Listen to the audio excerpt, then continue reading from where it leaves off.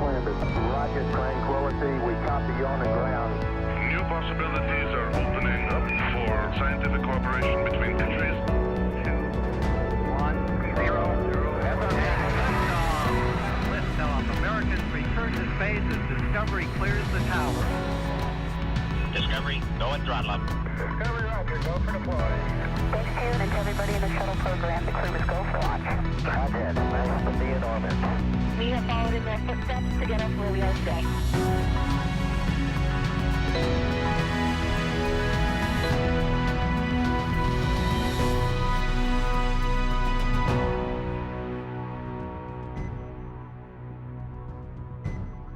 Hello, everyone, and thank you for tuning in to the NASA SpaceX Crew-7 mission, a long-duration rotational mission to the International Space Station for NASA astronauts Jasmine Mogbelli, Andreas Mogensen, Satoshi Furukawa, and Konstantin Borisov. I'm Jesse Anderson, and I'm an Integration and Test Engineering Manager here at SpaceX, and I am joined by NASA's Leah Cheshire. We are just under a couple hours away from the final approach and docking of Dragon to the International Space Station. The crew is awake and ready to monitor the final steps, so let's recap the mission thus far. Launch day preparations started early for our crew members. About 4 hours prior to launch, the crew completed their final medical checks. They joined the SpaceX team to get suited up into their spacesuits, and afterwards walked through the NASA operations and checkout building and made it outside to say their final farewells to their friends and family. We heard several different languages there. This is our fully international crew. The next destination for the crew was the launch pad. This was about a 20-minute ride in the Teslas to pad 39A, where the Falcon 9 and Dragon spacecraft were waiting for them. About 2.5 hours before launch, the crew ingressed or entered the Crew Dragon spacecraft, walking over that crew access arm, enjoying some views of the Space Coast from the Space Coast, of course heading into the White Room and then the spacecraft. At 3:27 a.m. Eastern Time, 12:27 a.m. Pacific, the 9 Merlin 1D engines ignited and Falcon 9 lifted off from Space Launch Complex 39A, marking the 11th time humans rode Dragon into orbit. With Falcon 9 first stage at full power, our crew began their journey to the International Space Station. Just after T+9 minutes, the first stage landed at landing zone 1, and a couple minutes. Dragon, check on the big loop. Have you 5x5, Jaws?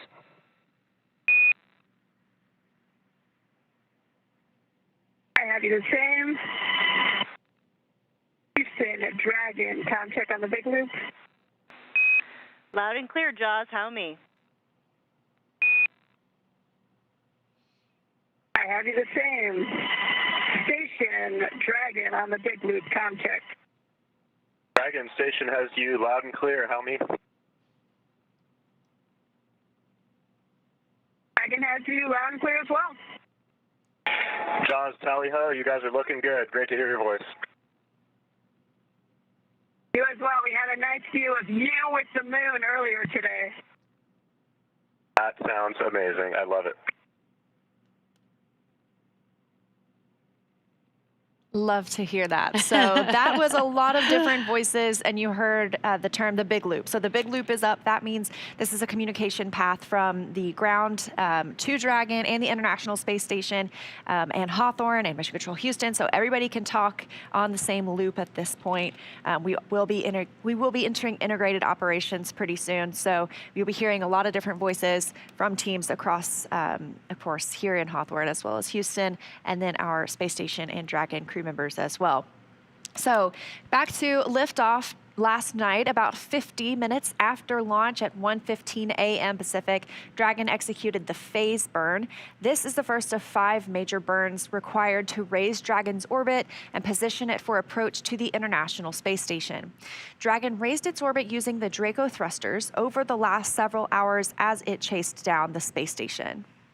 And just a few hours ago, the boost burn took place at 10:01 p.m. Pacific time. The boost burn put our crew in an orbit where Dragon's apogee, or the highest point, will be 10 kilometers lower than the station. After that, we executed the close co-elliptic burn at 10:45 p.m. Pacific time, the closed burn placed Dragon on an orbit roughly co-elliptic with the space station, meaning it was maintaining an orbit roughly 10 kilometers lower than the station the entire way around the Earth. That's in contrast to only being 10 kilometers lower than the station during Dragon's apogee, or the highest point in its orbit, which is achieved by the boost burn. From there, at 11:54 p.m. Pacific, we executed the fourth major maneuver known as the transfer burn. This is where we raised Dragon's apogee, the highest point of its orbit, to just 2.5 kilometers lower than the station. Then we rounded everything out with a final co-elliptic burn at 12:41 a.m. Pacific to once again maintain a constant orbit lower than the station, this time just that 2.5 kilometers below. This is a shorter burn lasting just over 30 seconds.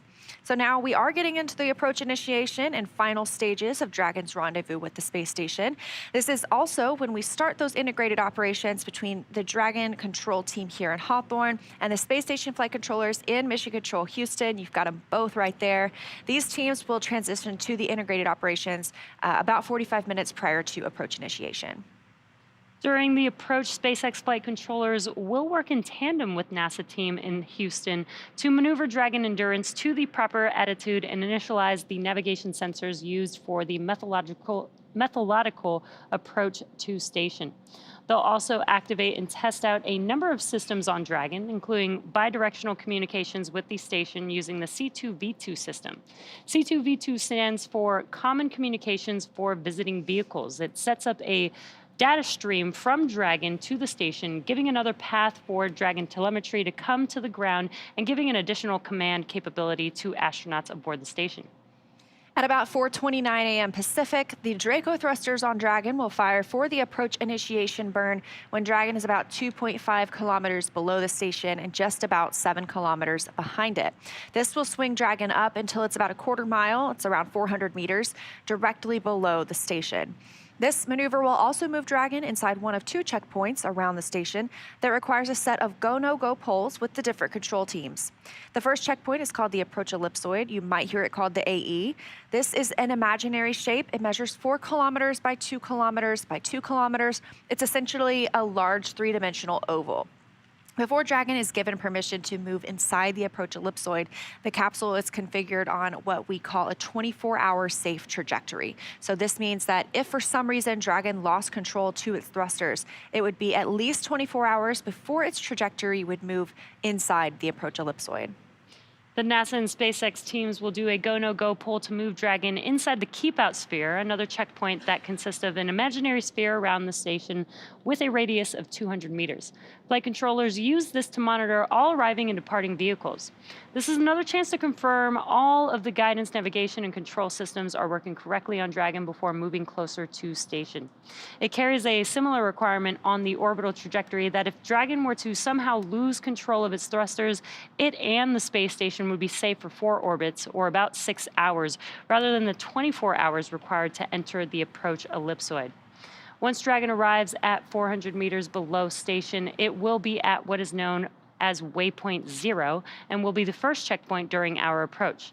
The vehicle can hold here at 400 meters, but if all of its systems check out, it can just continue to approach to waypoint 1. Dragon's move from waypoint 0 to waypoint 1 will swing it up and out in front of the station. That puts it at a distance of about 220 meters. We're going to be actually going to the top of the station today. It'll be put on the docking axis. That means it's essentially directly in front of the docking port. So the crew is headed to the Node 2 Zenith port today. Dragon has docked to Node 2 for all of the crewed missions so far. That's where both of our international docking adapters are located. They are installed for these commercial spacecraft flights, of course, as well as any other future spacecraft that use the international docking standard. Once Dragon is only 20 meters away at waypoint 2, the spacecraft focuses on aligning its docking system with the international docking adapter. We may hear the call-out CHOP, which stands for Crew Hands-Off Point, a little less than 30 seconds before docking. At this point, any aborts will have to be done automatically by Dragon. Of course, then we are looking forward to the grand arrival when our crew docks to the space station. Dragon will fly in and make contact with the IDA, giving us what we call soft capture. The soft capture ring will retract until sensors indicate it's time for 12 hooks to drive in place and give us the hard capture that will firmly secure Dragon to its new home on the space station. The station crew, namely NASA astronaut Woody Hoberg, will manually pressurize the vestibule. That's the area between the Dragon hatch and the station hatch. Meanwhile, umbilicals that provide power, audio, and data connections from Dragon to the station are put in place. And then it's time for leak checks and hatch opening, which we currently have timelined to come a little more than 2 hours after docking. And let's see if we have some social questions.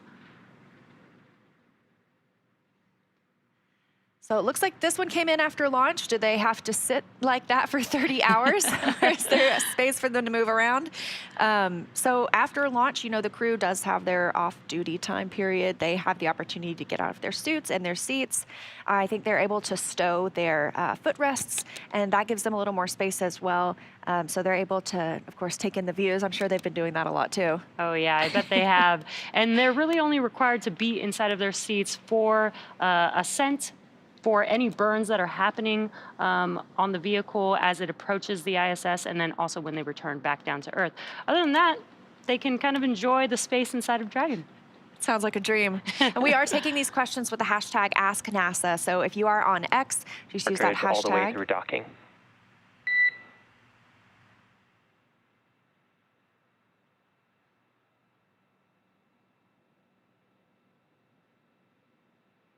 That was the core, so we expect to hear some comms from the crew and the core as we get into this more dynamic period of flight.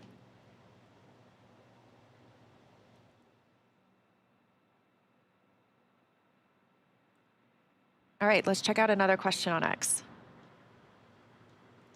All right, since SpaceX Crew-7 is the most international launch, I'm wondering, has NASA ever launched a mission without any American astronauts?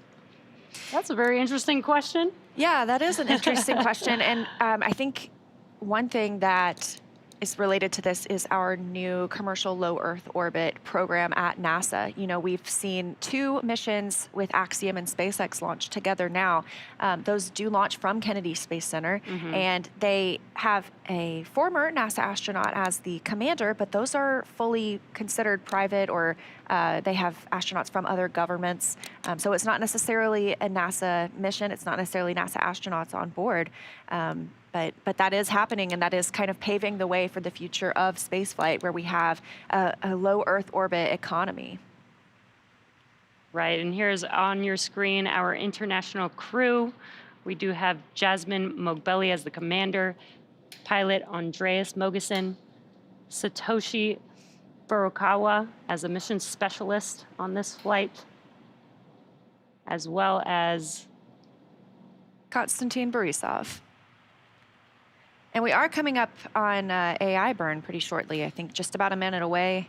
That is a 90-second burn approximately. Feels like things are really getting real. We're getting close to the International Space Station. Right now we are about 4.8 miles from the station, so not too far. Yeah, getting pretty close. And again, this follows our on-time liftoff yesterday at 12:27 a.m. Pacific time, 3:27 a.m. Eastern time. So it's about a 30-hour ride to orbit this time. And we've mentioned, you know, they've had the opportunity to be off-duty, essentially. I'm sure hopefully they got some sleep in there. Hopefully they had some snacks. Yeah. But it's getting to be go time. I heard they suited up recently, so they should be in their seats, in their suits, doing leak checks, getting ready for docking. And we are just under a minute away from the approach initiation burn.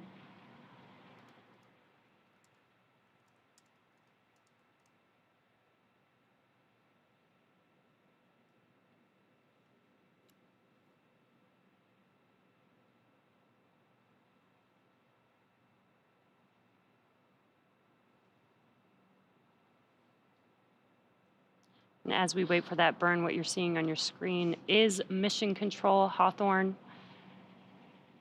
This is where we have the teams monitoring Dragon as they are approaching the International Space Station.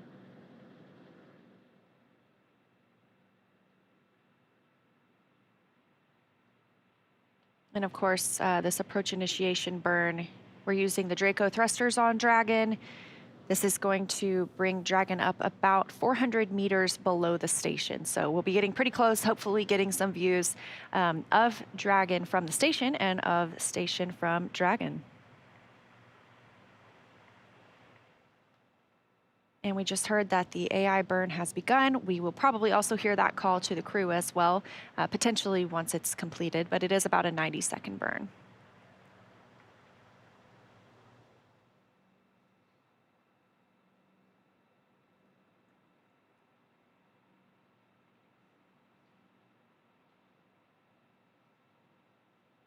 So the Draco thrusters on Dragon have just started to fire for the approach initiation burn. Dragon is currently about 2.5 kilometers below station, about 7 kilometers behind it. And again, this burn is going to swing Dragon up until it's about 400 meters, a quarter mile essentially, directly below the station. This also moves Dragon inside one of 2 checkpoints around the station that require our go, no go poles. We obviously got to go for that. The first checkpoint is the approach ellipsoid. We call it the AE. That's that 4 kilometer by 2 kilometer by 2 kilometer large 3-dimensional imaginary oval shape. Obviously, we consider this to be on that 24-hour safe trajectory, meaning if we lost control of the thrusters on Dragon, it would not move inside that approach ellipsoid for at least 24 hours.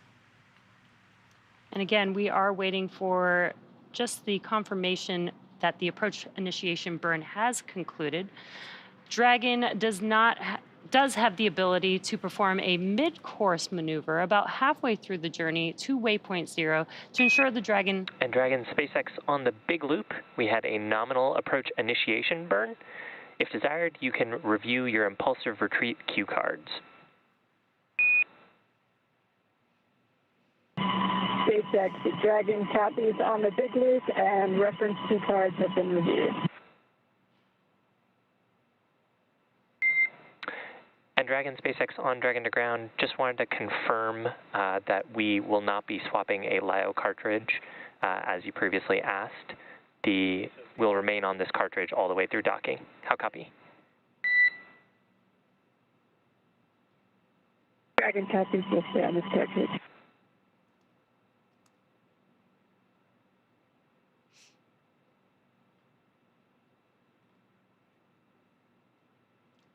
And heard some comms between the core and the crew, and what you're seeing on your screen there is a view of that very small dot in the middle of the screen. That is a view of Dragon. That's actually a view from Dragon looking at the International Space Station. So tally-ho from Dragon. We will start seeing that get bigger and bigger in the frame. You just heard some words coming from the core, the crew operations and resources engineer here in Hawthorne. And Dragon SpaceX on Dragon to ground, we'd also like to bring back cameras if you're comfortable with that. You are go to bring back cameras, SpaceX, thanks. And the core today is Shiva Bharavaj, and you've probably seen him on some of the webcasts before. So he is the one speaking with the crew members today. You'll hear that a little bit, getting that confirmation to bring cameras back inside the spacecraft. So hopefully we'll be seeing our astronauts and cosmonaut coming up here soon.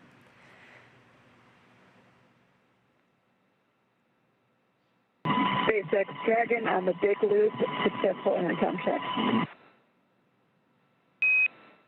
Good news, Dragon.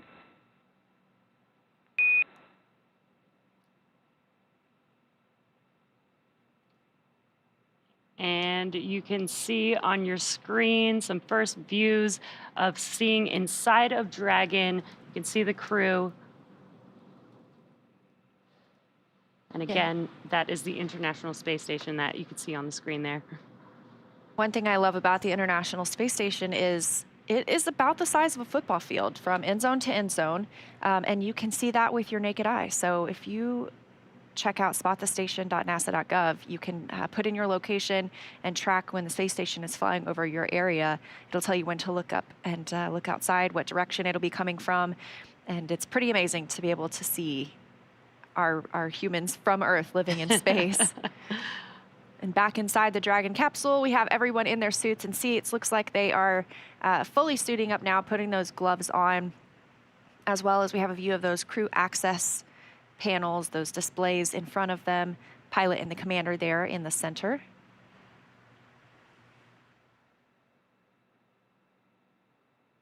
Of course, Dragon does fly autonomously, but the teams can monitor via those panels. They can also send commands if they needed to the spacecraft. Yeah, and we can see Dragon has a busy schedule ahead, but even in space, it still takes two to tango. The International Space Station is also a factor in the mix for this dance-like approach operation. So let's check in with NASA's Sandra Jones in Houston. How's it going over there, Sandra?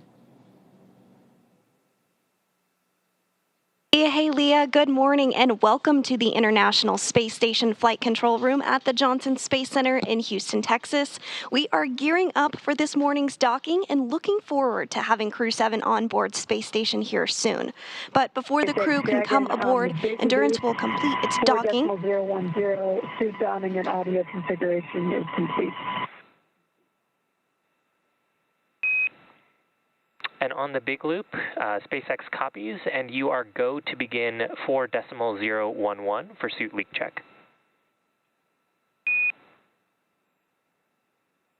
Copy, go to begin 4.011 suit leak check.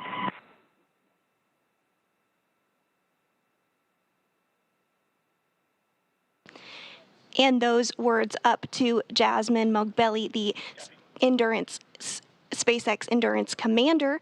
But on board the International Space Station, NASA astronauts Steve Bowen and Woody Hoberg are going to be in the station's cupola using special software to help track Dragon's approach and make sure it stays in the expected zones.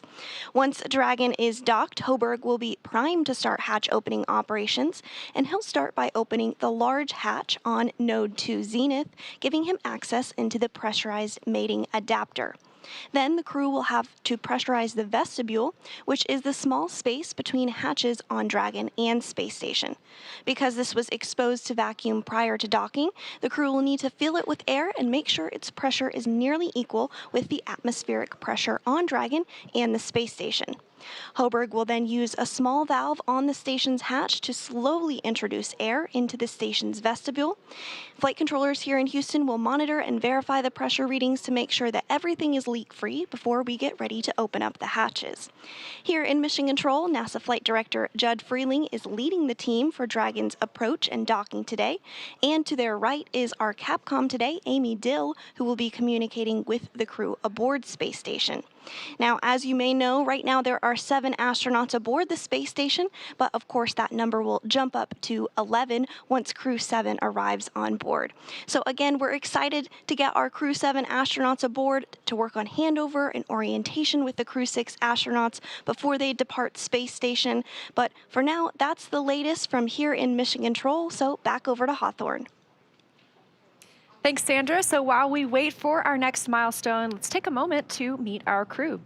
Captain Jasmine Mogbelli hails from Baldwin, New York, and earned a bachelor's degree in aerospace engineering from the Massachusetts Institute of Technology and a master's degree in aerospace engineering from the Naval Postgraduate School.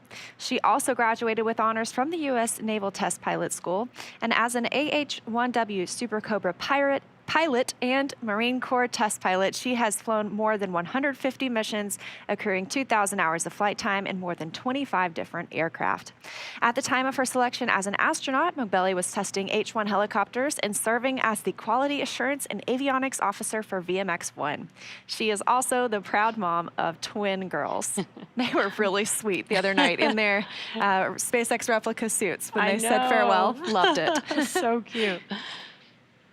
This is pilot Andreas Mogeson's second trip to the space station. His first was as the flight engineer for the ESA IRIS mission in 2015. Mogeson has logged 9 days, 20 hours, and 9 minutes in space.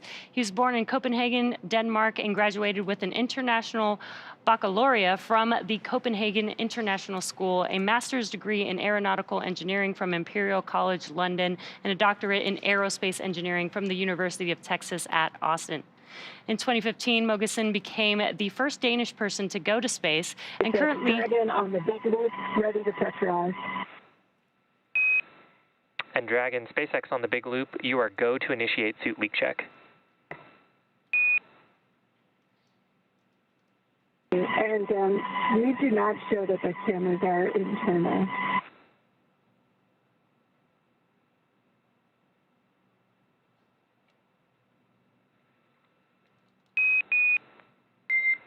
And Dragon, SpaceX on Dragon to ground, we are seeing good video.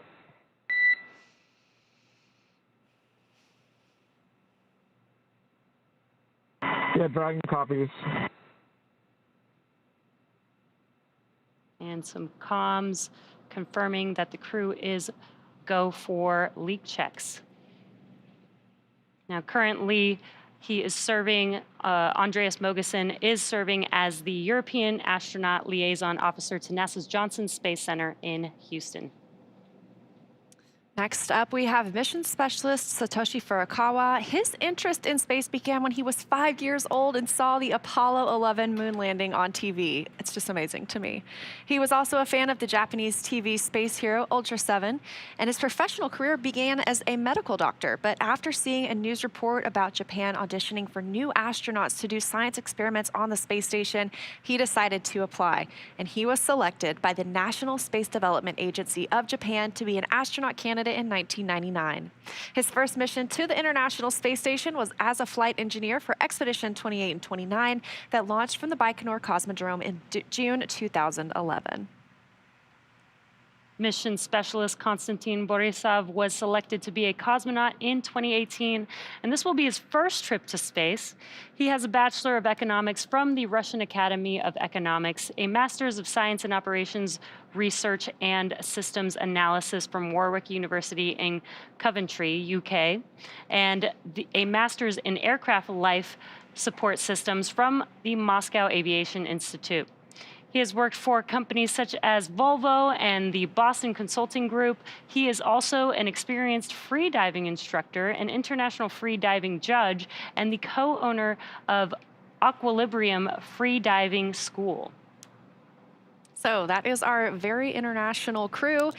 4 crew members. Again, we've just completed the approach initiation burn. We're looking for docking to happen at about 9:05 Eastern time today, so 6:05 a.m. Pacific coming up. Again, that's just a little over an hour and a half from now.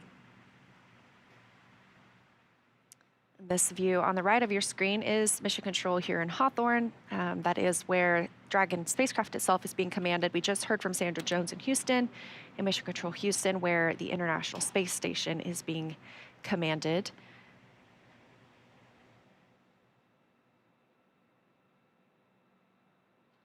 And there you can see on your screen the Dragon spacecraft. It is about 27 feet tall. There are some differences in this Dragon spacecraft that we see now, the second iteration, and the first one, where at the bottom they're pointing out those solar cells. Those are on the base of the trunk of Dragon. The previous iteration of Dragon had solar arrays, and of course, trunk is jettisoned ahead of re-entry, so it'll stay attached the entire time while we're on the International Space Station, but only that top half, that top portion where the crew is inside, of course, that's what brings everyone home and safely splashes down off the coast of Florida.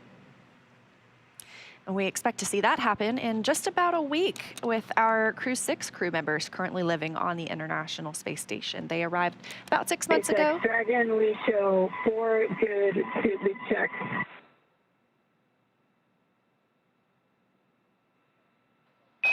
And on the big loop, we see the same.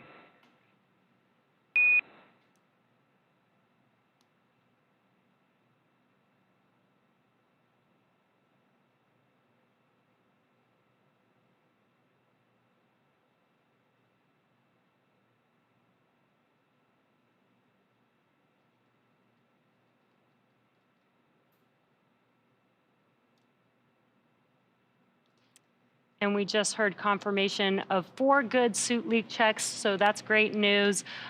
Basically, the crew is prepared for docking to the station. They do have to make sure that their suits are working properly prior to docking to the station.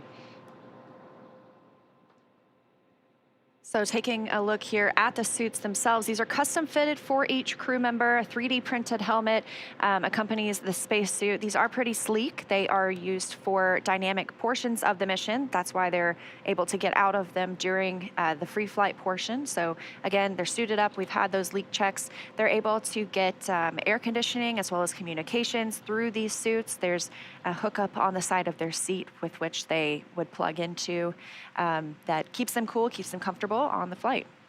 Yeah, we always like to say that the Dragon spacesuits are an extension of the Dragon capsule itself because they do need to work together basically as one unit to ensure that the crew is safe, needs to provide the same nitrox air inside of the suit if needed, just as inside of the cabin. So very much so like one unit working together. So the next milestone coming up is the mid-course maneuver. It can be done. It's about halfway from our starting point of approach initiation to waypoint 0. So it's a small burn. It helps fine-tune that approach.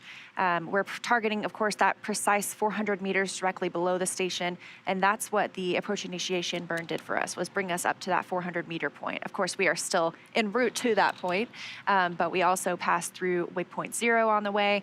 Coming up next, we will be looking to pass through waypoint. Well, we will pass through waypoint 0, and then we'll pause at waypoint 1.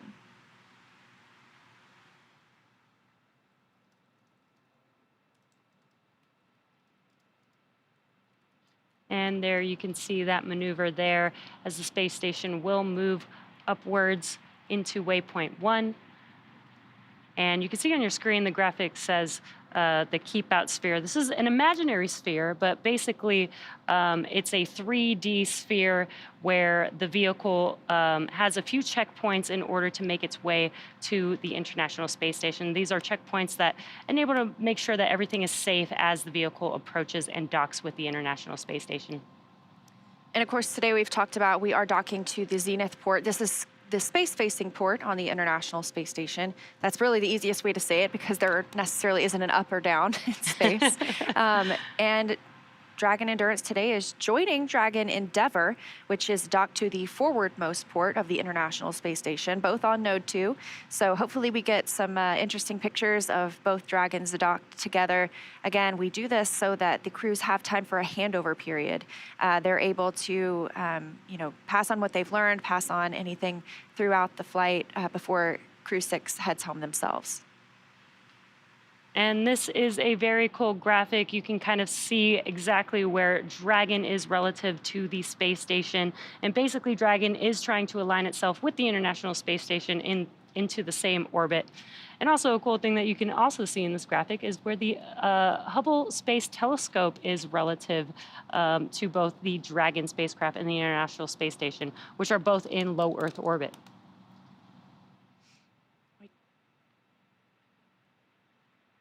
We are taking your questions on X with the hashtag AskNASA. So if you're wondering something, we will definitely try our best to bring that up and answer it here. So let's see if we have anything.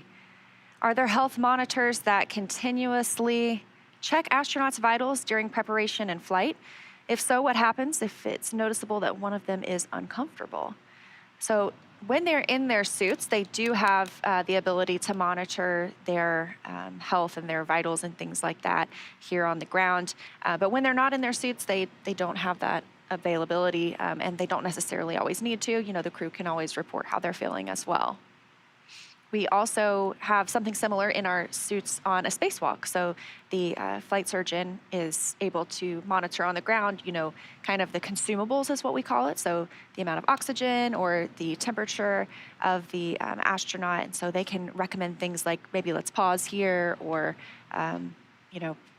whatever we need to do to either extend the time that they're available to use the suit or just to make sure that they're comfortable and can get the work done on the space station.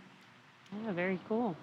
We've got another one here. Is there a difference in the amount of fuel and propellant for cargo, payload, or crew? Yeah, that's a very interesting question. One thing to point out is that the cargo Dragon actually does not have the abort thrusters, the Draco thrusters, that the crew vehicle have. So essentially, you would use less fuel or need less fuel for a cargo mission than for the crew mission. Yeah, of course, we call those the Super Dracos, and those are inhibited once we get on orbit. So those are no longer necessary, no longer in use for the flight. Any of the thrusters that are being used are either the service section Dracos or the forward bulkhead Dracos. Those Super Draco thrusters around the base of the capsule are really only to help in a launch abort scenario. This question, what is the expected time of arrival on the International Space Station? So we are a couple of hours away. Well, actually less than that. We expect to see arrival at 6:05 a.m. Pacific time, 9:05 a.m. Eastern time. So we're going to see things moving along pretty quickly here. Moving along into our next milestones. I think coming up next, we will pass through waypoint 0. Again, it's not a stopping point. It's just another way we can monitor Dragon's approach to the International Space Station.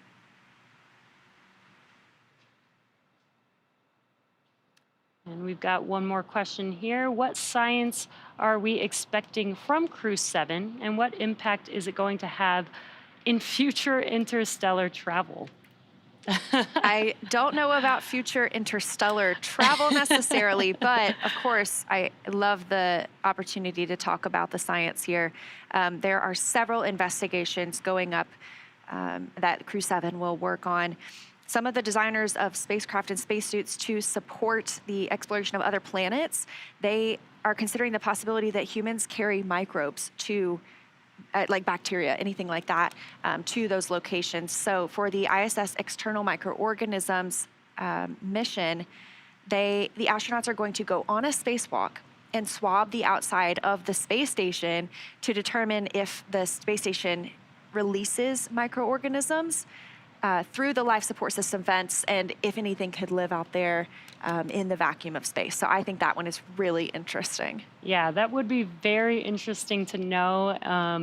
The International Space Station is in low Earth orbit, so that's pretty close to Earth. So it'd be very, very interesting if, they did find or discover something new. Yeah, of course, it's something I think that we talk a lot about too as we look at interplanetary travel too, and wanting to keep those locations as clean as possible. That's why you have spacecraft in clean rooms. That's why you have people suited up, wearing caps so that their hairs don't even fall onto a vehicle, because we want to make sure when we arrive at a future destination, whether it's the moon, whether it's Mars, that we are seeing something as it was and not as influenced by humans. That way, if we discover anything microbial there, we know it's natural there. It's not coming from Earth with us.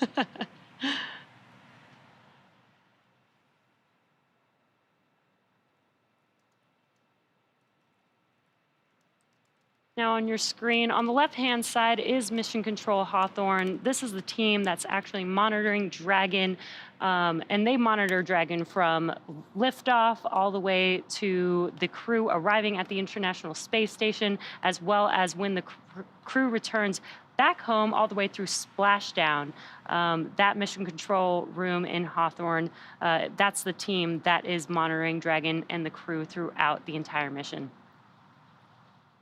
Yeah, and obviously we are getting into joint operations now. That means both of these teams are working together. So previously, the International Space Station was obviously clearly monitoring Dragon's flight, but mainly focused on the International Space Station and preparing it for docking. But now these teams are really working in tandem as we get closer to those two vehicles linking up. Again, coming up in just a little over an hour from now, 6:05 a.m. Pacific, 9:05 a.m. Eastern time. Yeah, and this really shows that teamwork makes the dream work. I think you're 100% right.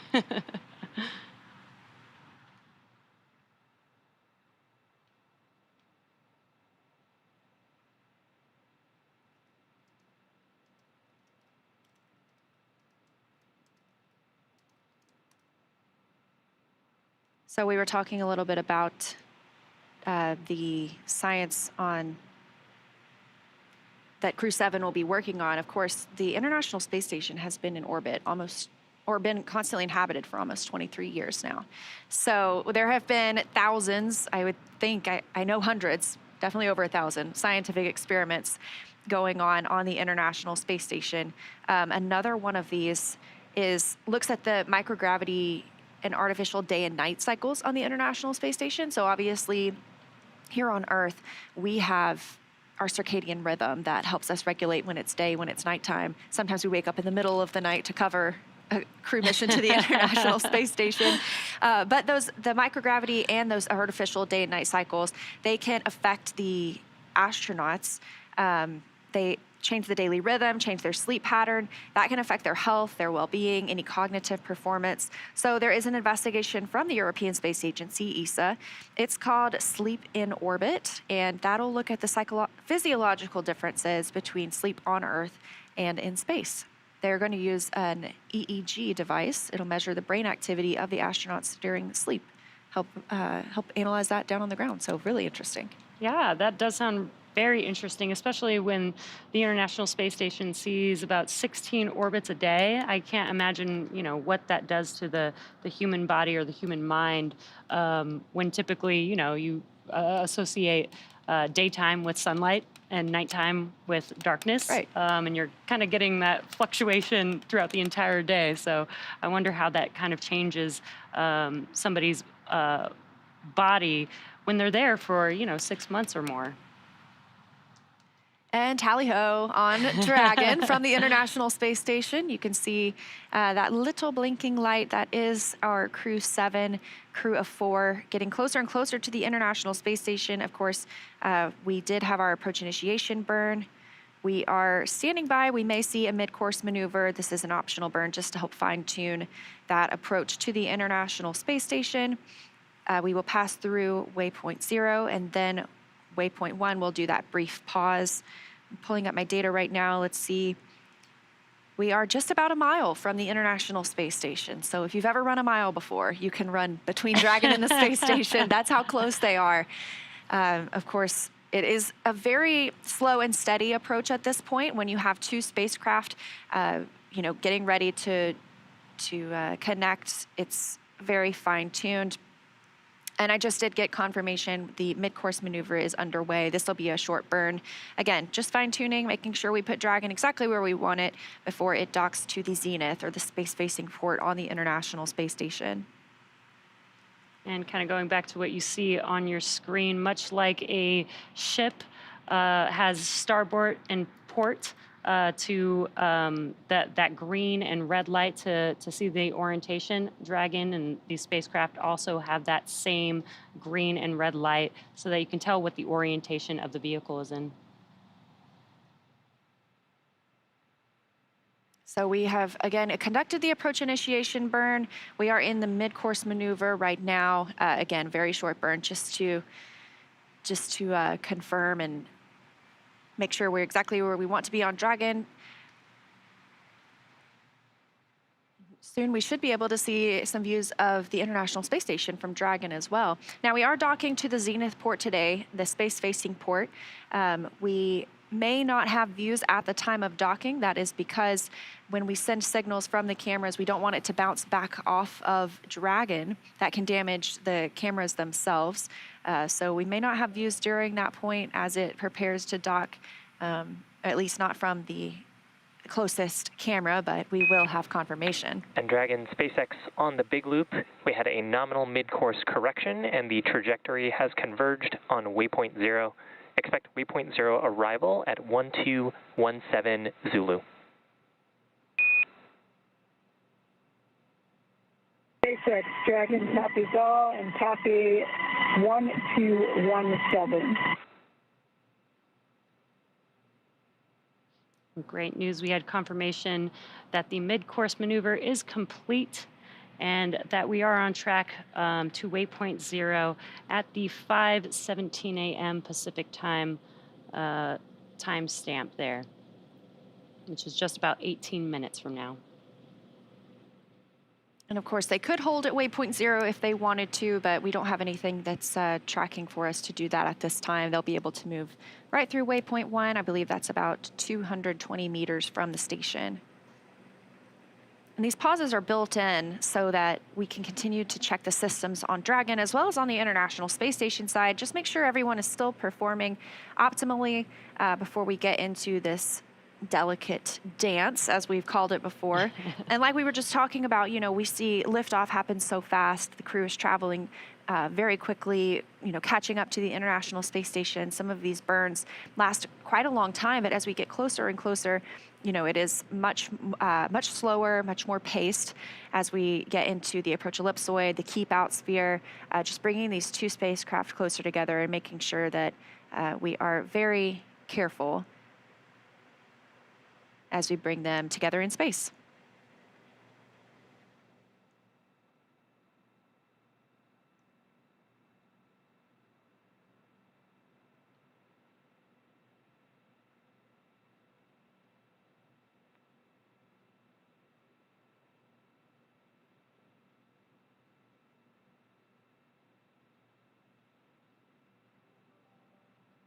So talking a little bit more about some of the science that is happening on board.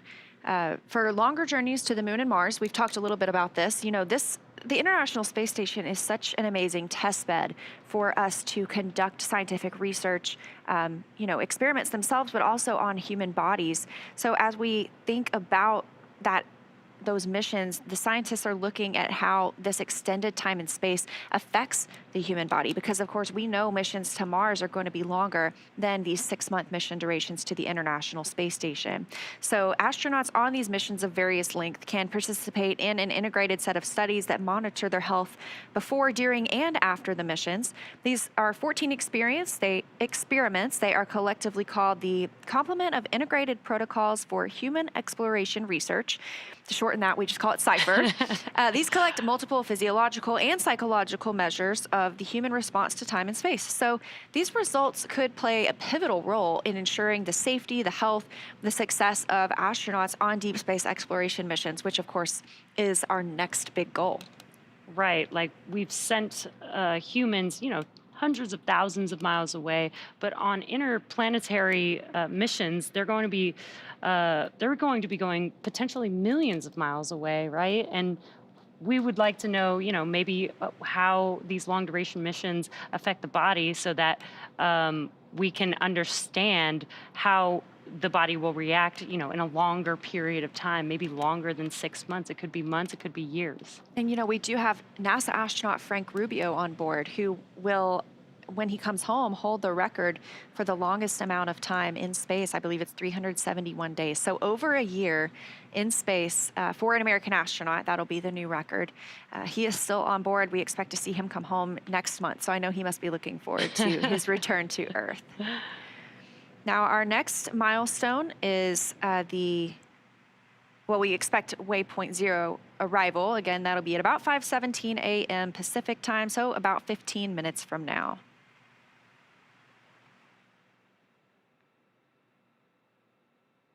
And again, if you're just tuning in, this is Dragon making its way to the International Space Station, this view coming from the space station itself.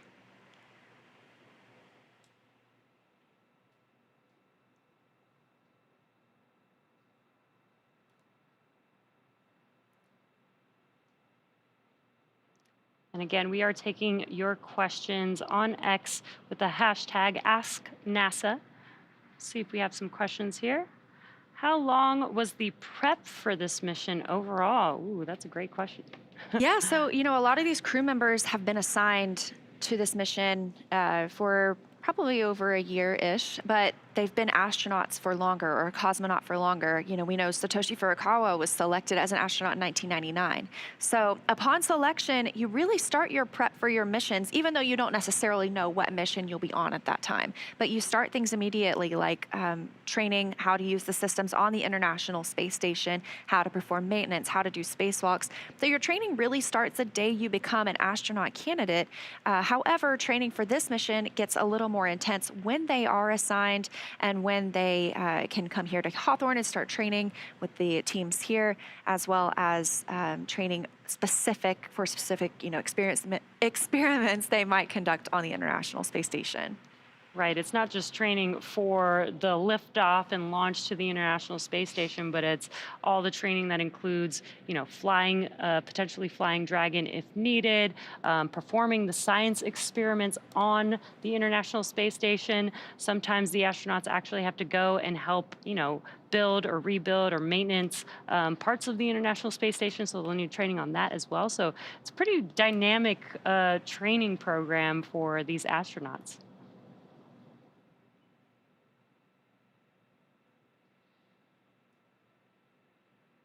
You've got a live look inside Dragon Endurance right now. That's pilot and Commander Jasmine Mobelli and pilot Andreas Mogensen, just monitoring the spacecraft's progress. Dragon SpaceX on the big loop. Ground has pulled go for approach 0 and 1 and will enable the maneuver shortly.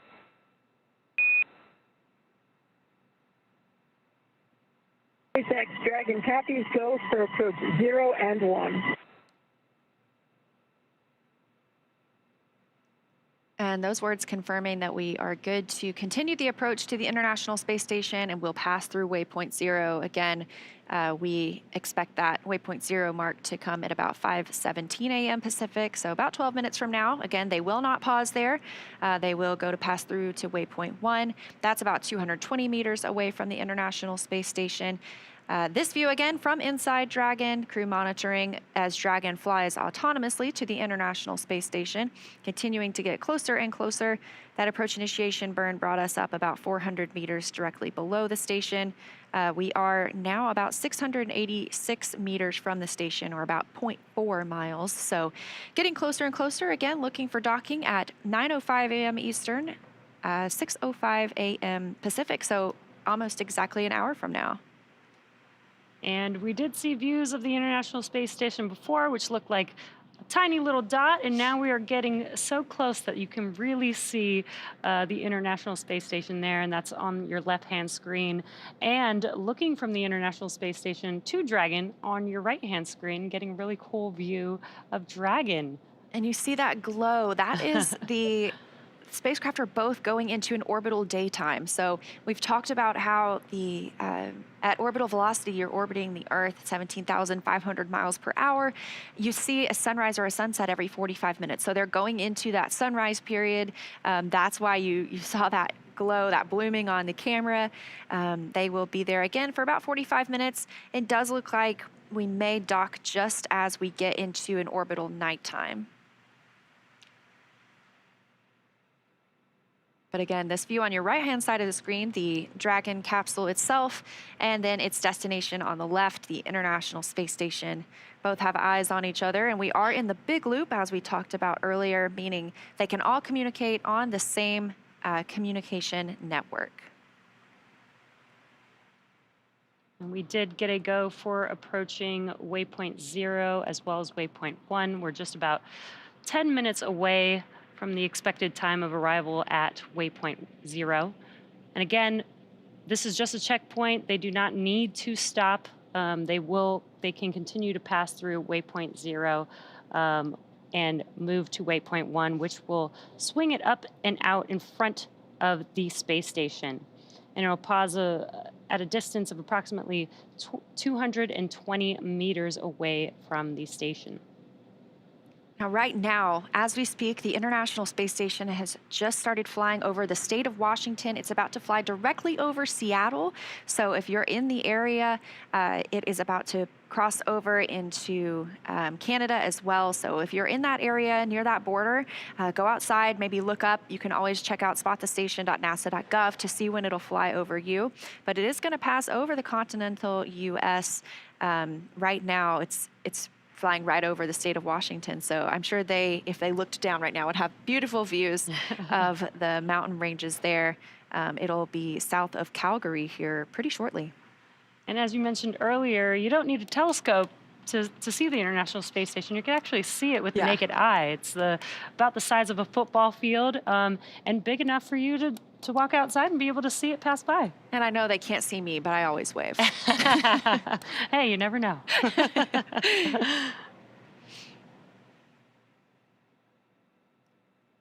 So again, things still progressing pretty smoothly this morning. Next milestone being that they will pass through, will not stop at waypoint 0, less than 8 minutes from now. And a reminder, we are going to the zenith, or the space-facing port of the International Space Station today. They will be next-door neighbors with Dragon Endeavour, which is at the forward-facing port on Node 2.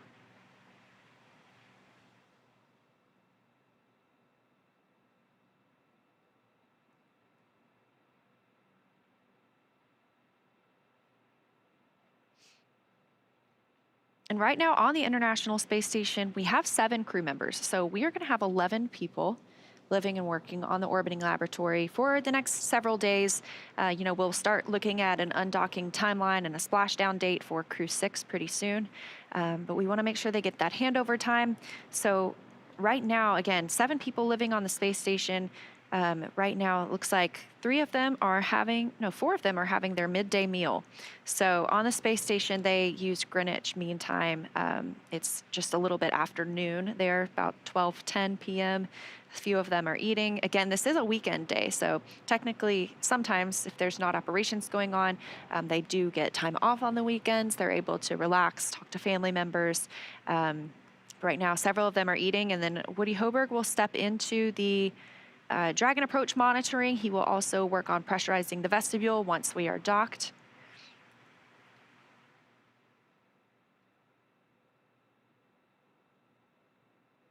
And on your screen is a pretty cool view from the International Space Station looking at Dragon. You could see the nose cone deployed, and you can also see some of the thrusters. They're using the Draco thrusters to maneuver Dragon towards the International Space Station. You can see Earth in the background. Yeah, right now they are flying over Saskatchewan, so south of Saskatoon. That's the view below Dragon there.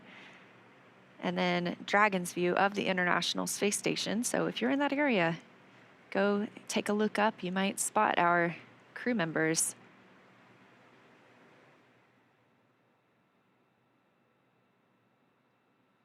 Again, less than an hour away from docking now.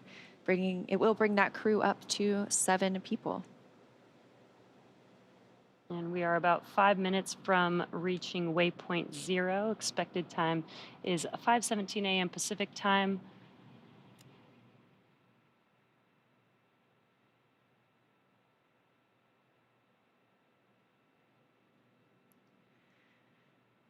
So during that crew handover period, when we talked about, these 11 crew members on the International Space Station, we have Crew-6. That consists of Stephen Bowen, Woody Hoberg, Sultan Al-Nayati, and Andrei Fedyayev. They have been living up there for about 6 months now. And before we bring them home, we want them to be able to talk to Crew-7. We have some first-time flyers, especially on this spacecraft. So we want them to be able to show them the ropes of what's going on aboard the International Space Station. They can hand over any science experiments that they've been working on, show them any of the safety protocols. That's actually one of the very first things that they will do right after they dock. They will move into an ISS safety briefing. They get a lot of training on the ground about how to handle any contingencies or off-nominal situations, but once you get in space, it's just different. You need to do it again. You need the refresher. So it's, safety is the utmost importance. So that's the first thing that they'll do after they dock and do their welcoming ceremony for us.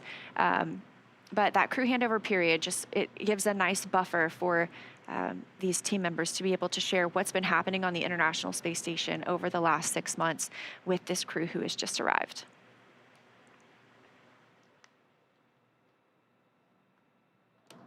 This view from another camera on the International Space Station. Again, this station right now is about 262 statute miles over Earth, actually flying over Ontario at this point. It's moving pretty fast. Just a couple minutes ago, it was flying over Washington State. We're now all the way over Ontario, so 17,500 miles an hour. That is about 5 miles per second. Quite speedy. And speed is relative, so it doesn't look that fast on your screen, but that is very, very fast.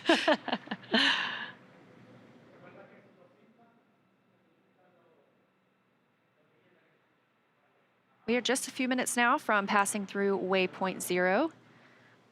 And we expect to pass through waypoint 1 as well. That'll be about 20-25 minutes following our pass through waypoint 0. Again, these are points built into the docking process. That way, if we needed to hold at these, we definitely can. It's a great opportunity to check out any systems, but the teams here in Hawthorne as well as in Houston have pulled go. They're not tracking any issues that would preclude us from a safe docking. Again, looking at that coming up at about 6:05 a.m. Pacific. And our Cronus flight controller in Houston is the one who is navigating these cameras on the International Space Station. So they always do a great job of getting us some really amazing views as Dragon gets closer.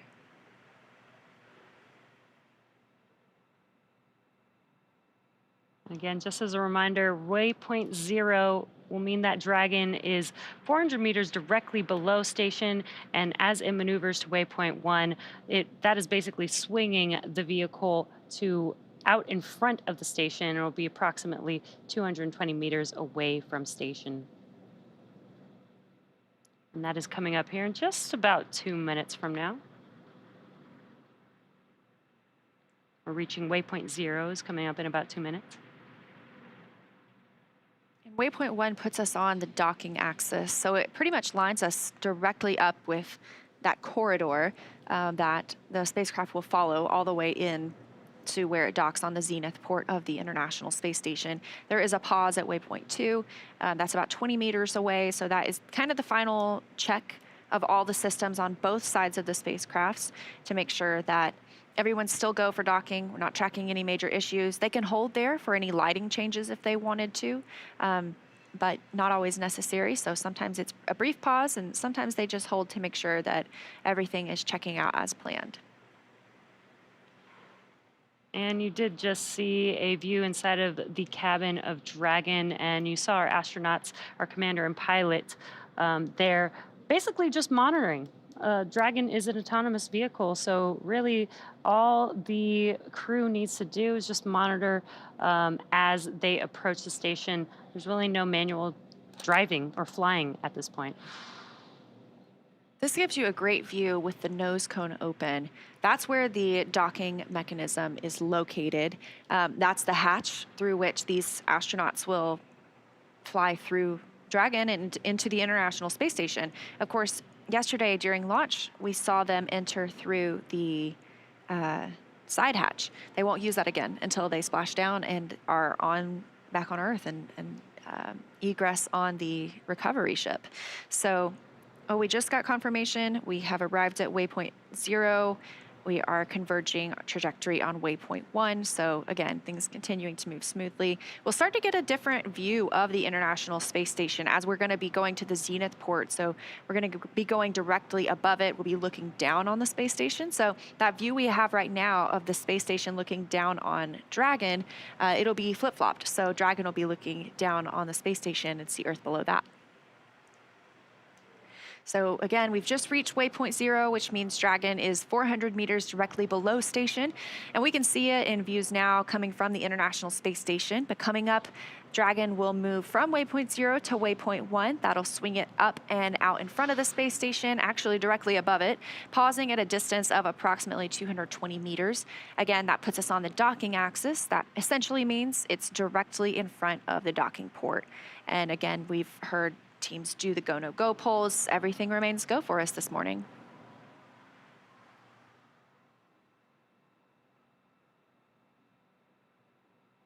So again, coming up next, we will see Dragon SpaceX on the Big Loop. Approach 0 has started and the trajectory has converged on waypoint 1. Expect arrival at waypoint 1 around 1259er UTC.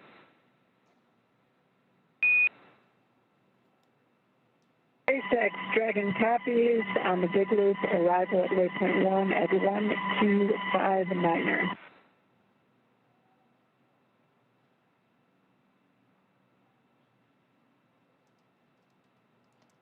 And just the core communicating with the crew, confirming that they are on their way to waypoint 1.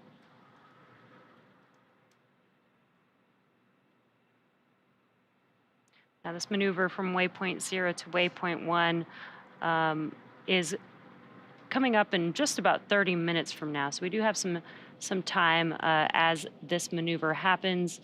This is a slow and steady process. Again, we are traveling at 17,500 miles per hour, but the process is slow and steady as we pass through each one of these checkpoints to make sure that we can monitor everything that's happening and make sure that the vehicle's safe, the crew is safe, as well as the International Space Station is also safe before we begin docking with the space station.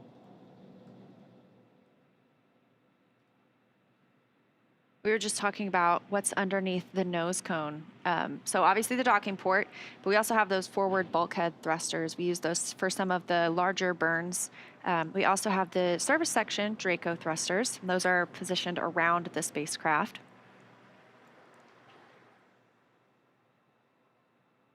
We'll just be using those service section Dracos as we get closer to the International Space Station. Again, very fine-tuned. And this, I just noticed, is very cool. On the left side of your screen, up a little, if you're looking towards the top of the International Space Station or towards the top of your screen, you can see Dragon Endeavour docked to that forward-facing port. Again, we are going to the Zenith port, so you can see that outline perfectly. That's so fascinating. You can also see some of those International Space Station rollout solar arrays, those IROSAs. If you look towards the right side, you know, they look like they are a little bit detached, sort of. They are mounted differently on our solar arrays.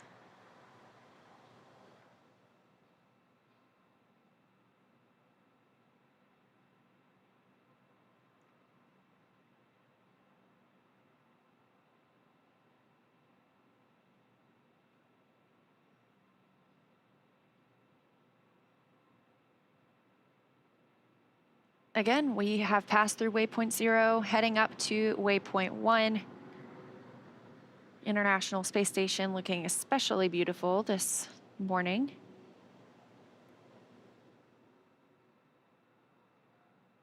We are in that orbital daytime. We are now flying over the Atlantic Ocean, so we have at this point passed over the continental US, North America.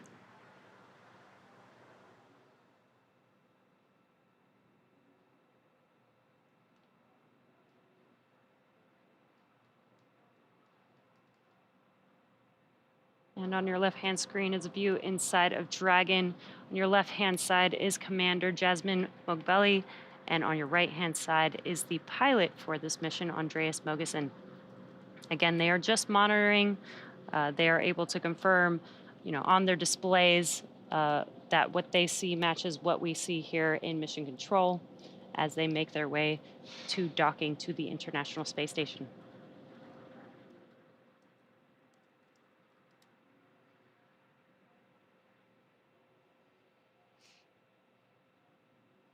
And these views are really awesome. Seeing Earth in the background, looking almost so crisp there. I know.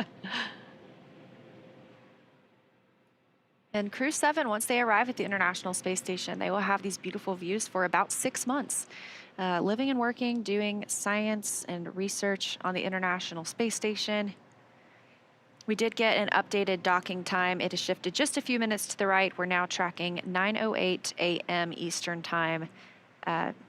Literally just a 3-minute change, so just fine-tuning after we've done the approach initiation burn and that mid-course maneuver. Again, we've passed through waypoint 0, moving up toward waypoint 1. Things continue to look good so far for Dragon Endurance on its journey to the International Space Station.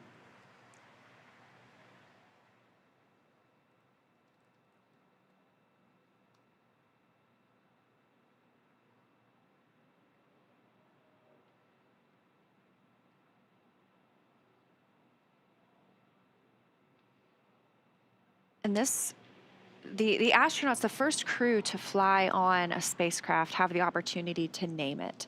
And so the first flight of Endurance was the Crew-3 mission.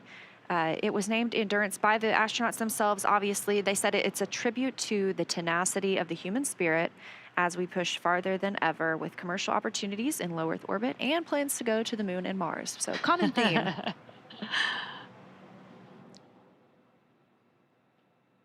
Awesome. We're seeing another view from the International Space Station. Looking. Yeah, if you look closely, there's Dragon in the center there. Again, our Cronus flight controller tracking these views for us in Mission Control Houston. Thank you, Cronus.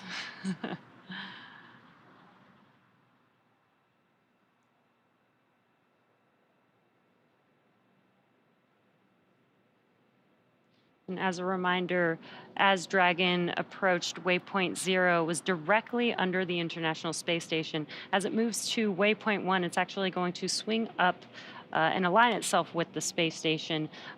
So you no longer will be looking down from the space station and have that view of Earth in the background, because it will be aligned with the docking port, which is the zenith port today. It's the space-facing side of the International Space Station.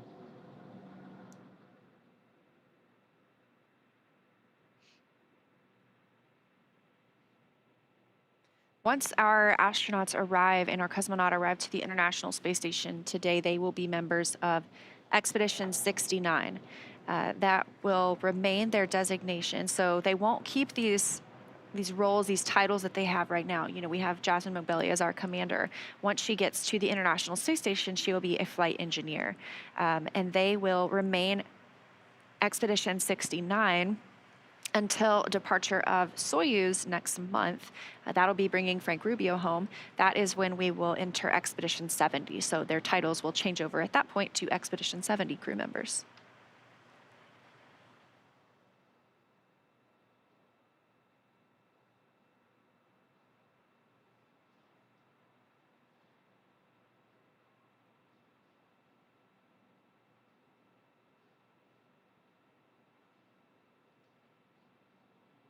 We're about 25 minutes until we expect to reach waypoint 1. Sorry, about 35 minutes, I believe. Again, that's that 220 meter. It can be used as a hold point. I don't think we intend to use it as a hold point today, but it is on the docking axis. It'll be directly above the International Space Station, directly above that zenith port on node 2.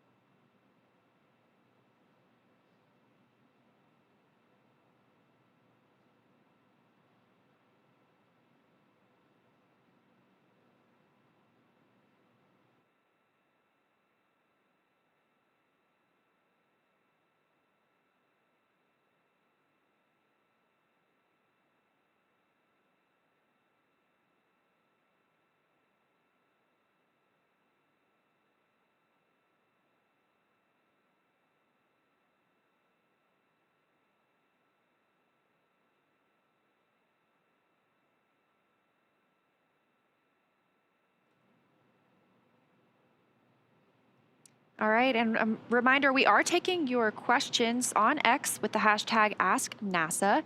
We have one from Sahid asking if there are any problems with docking if they are on the dark side of the Earth, which it does happen several times a day. We see that happen about every 45, 90 minutes, or sorry, a sunrise, sunset every 45 minutes.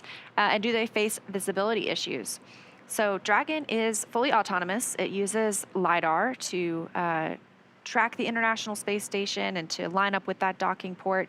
The crew members do have the opportunity to take control if needed, but they don't necessarily need to wait for that lighting. The Dragon knows where the station's docking port is, and we have lights out on the exterior of the International Space Station anyway. So sometimes we do hold for lighting just to double confirm, just to make sure, but there is usually no problem docking in darkness.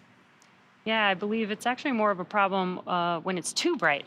So when it's too bright, they do take a pause and wait for it to get a little bit darker, just to make sure that, again, because this is an autonomous vehicle, make sure that the Dragon spacecraft can actually see the International Space Station.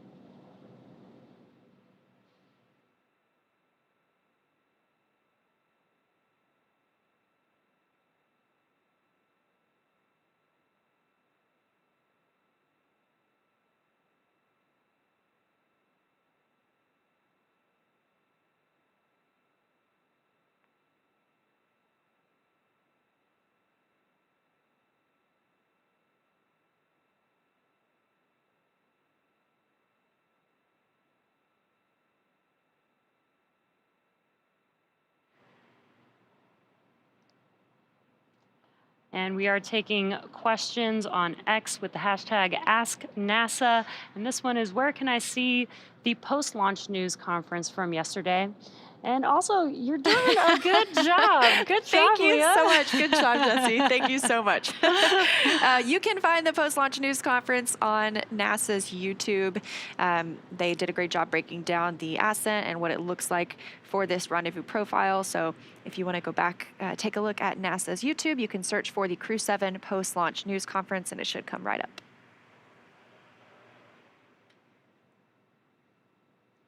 Next question is, when will Crew-7 be back to Earth? Well, these are long-duration rotational missions, but the durations are approximately 6 months. So every 6 months, we fly a crew up to the International Space Station, and the crew on board will then return back home. So Crew-7 will be up there for about 6 months and come back. We're starting to see the views change a little bit. You know, we were looking directly down on Dragon, but now we are swinging up and above the International Space Station, because we'll be docking to that zenith port. So again, like I mentioned earlier, we were looking directly down on Dragon with the Earth below it. Pretty soon, Dragon will be looking directly down on the International Space Station with the Earth below it. Looks like right now they are flying off the west coast of Senegal, about 260 statute miles above Earth.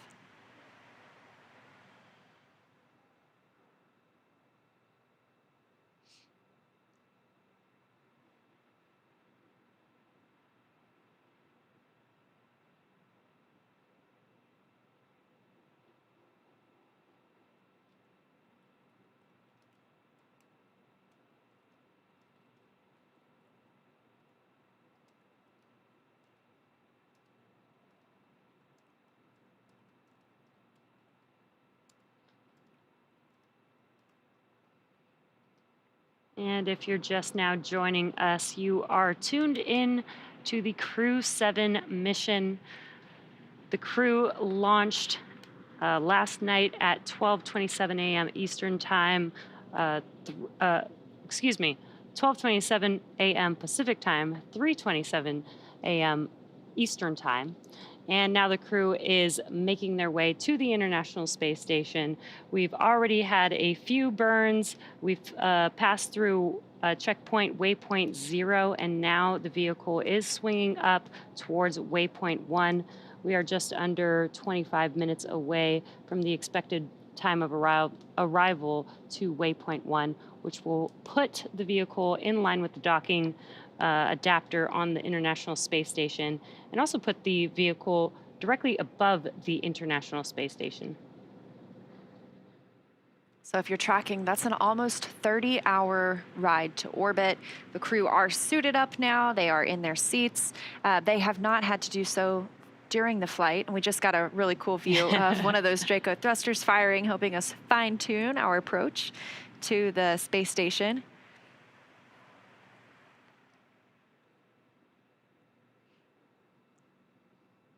Our 4 crew members arriving today: Jasmine Mogbelli, Andreas Mogensen, Satoshi Furukawa, and Konstantin Borisov.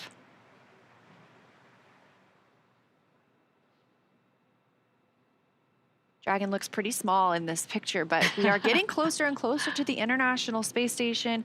Waypoint 1 is our next really milestone. That'll be 220 meters directly above the station. We'll pass through that, head to waypoint 2, which is a hold point. It can be a brief pause. That's 20 meters away from the docking port.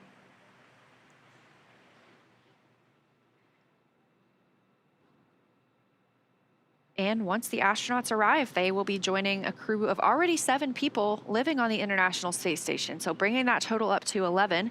The other astronauts and cosmonauts living on the station right now are Stephen Bowen, Woody Hoberg, Sultan Al-Nayati, Andrei Fedyaev, Frank Rubio, Sergei Prokopyev, and Dmitry Petelin.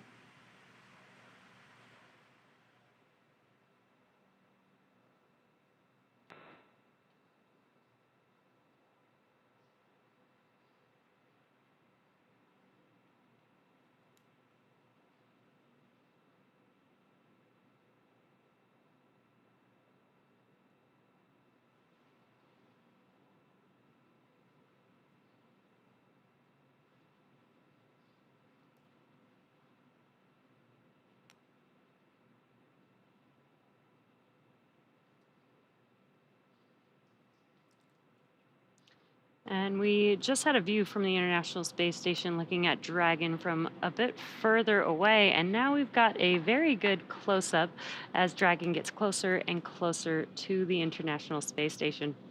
Yeah, looking crystal clear. Again, that nose cone is open. Of course, when we launch, it is closed. And when we re-enter its atmosphere, it's closed to protect that docking mechanism that's beneath it. So that's exactly the point that'll line up with that zenith port on the International Space Station. It'll dock. The teams on the space station will take some time to make sure they pressurize the vestibule. That's the space between the Dragon hatch and the space station hatch. So when Dragon docks, that space is going to be out of vacuum. It's been previously exposed to outer space.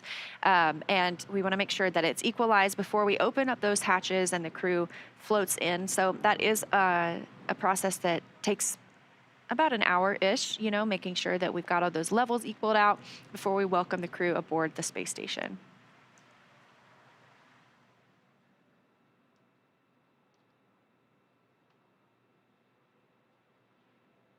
Yeah, this is another view from the International Space Station. You can see one of the robotic arms on the left, and close to center of your screen, that is Dragon.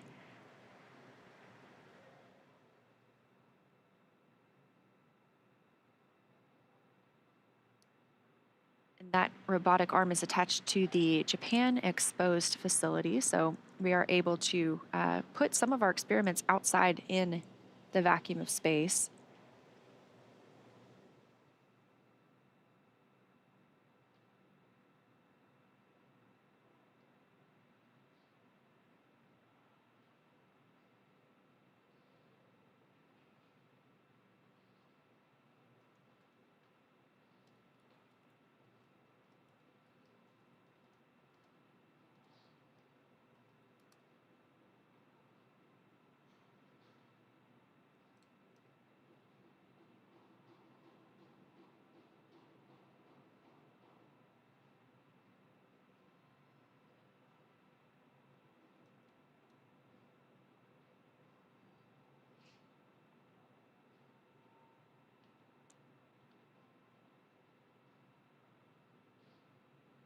Again, we are about 23, 22 minutes away from waypoint 1, reaching waypoint 1. Can be used as a hold point. We do not anticipate doing so today. We're heading to the zenith port of the space station on node 2, and it'll continue flying in. It'll be on that docking corridor until it's about 20 meters away. And we are looking for docking today at 9:08 a.m. Eastern Time, 6:08 a.m. Pacific Time.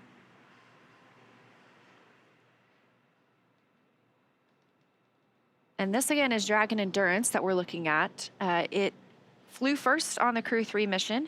It also flew the Crew-5 astronauts to the International Space Station. Dragon SpaceX on the big loop. Expect reconfiguration of the C2V2 return link shortly.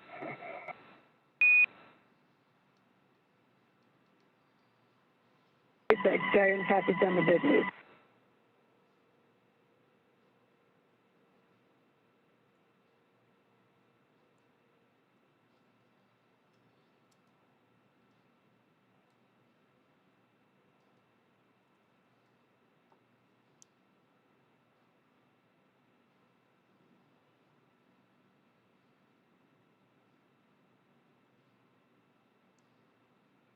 And a reminder, we are taking your questions on X with the hashtag AskNASA. So if there's something you're curious about, let us know. This question from Jack: what have the astronauts been doing in between launch and docking? Well, they've been floating around a bit, but they have had some rest periods, some meal periods. You know, they're able to eat while they're in microgravity as they're making their way to the International Space Station. After ascent, once they made it to orbit, they were able to get out of their spacesuits and actually enjoy microgravity. And they've also, you know, needed to follow some procedures. As we're getting closer and closer to the International Space Station, they did have to prepare for some of the burns that enable the Dragon vehicle to get or to approach the International Space Station. So a plethora of activities over the past 30 hours. Yeah, they also get the opportunity to eat if they want to. They have some shelf-stable meals that they can choose from, and you'll probably hear after docking, they will report out what was consumed. Not necessarily the food itself, but they'll say this many packets from this bag. Everything is so meticulously tracked in space and on the International Space Station. It can be difficult. You know, it's not the same as here on Earth. If I put something down on the table, I know it's going to stay there thanks to gravity. But on the International Space Station, we want to make sure we know where everything is at all times because it can float away pretty easily. So just reporting also what was consumed, that gives the teams here in Hawthorne as well as in Houston a good look at, you know, what is also available for later use as well. Yeah, and on the broadcast for the launch of Crew-7, NASA astronaut Jessica Meir actually mentioned, you know, how good the meals ready to eat actually are. She really gave an ode to, you know, how cool it is to be able to bring, you know, some flavors from, you know, some of the astronauts' like favorite types of food with them to the International Space Station. On Dragon, they aren't able to heat up any of the food, but they are able to hydrate any dehydrated food while on Dragon. And then once they get to the International Space Station, they actually do have the ability to warm up food and have a hot meal. And we do have another question. Again, as a reminder, we are taking questions on X with the hashtag AskNASA. Do the astronauts stay in that seated position the entire trip there? So for Crew-7, that would be for 30 hours. Yeah, no, that doesn't sound super comfortable, and thankfully they don't have to. So like we talked about, you know, after they get on orbit, after they're out of that dynamic period of flight, the nose cone is opened, they get a call from the Corps here in Hawthorne that they can get out of their seats as well as their suits. So they're able to take their suits off and kind of be in their own comfortable clothing, whatever they've worn underneath. We ask them to put those back on shortly before we get into this approach initiation phase. So they are back in their suits right now. They are also in their seats. Of course, we don't expect anything to be off nominal in this situation, and we are moving pretty slowly, but it's still considered a dynamic period of flight because we're getting closer to the International Space Station and docking itself. We are about 15 minutes from waypoint 1. Again, our next pit stop on the way to the space station, about 220 meters above the Node 2 Zenith docking port.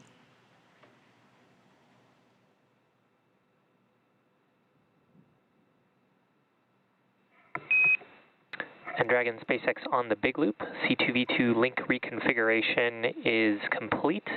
Could you give us a quick comm check?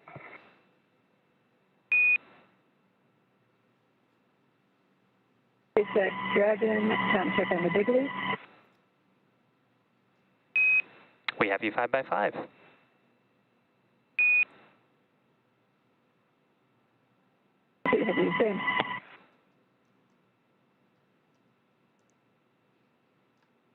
Hearing that conversation between the Corps and the crew, that is Shiva Bharavaj down there in Mission Control, Hawthorne. And they were talking about C2V2, that's common communications for visiting vehicles. So the Dragon spacecraft and International Space Station both use this language essentially to talk with each other, and it is properly configured so they continue to have good communication between both of those spacecraft.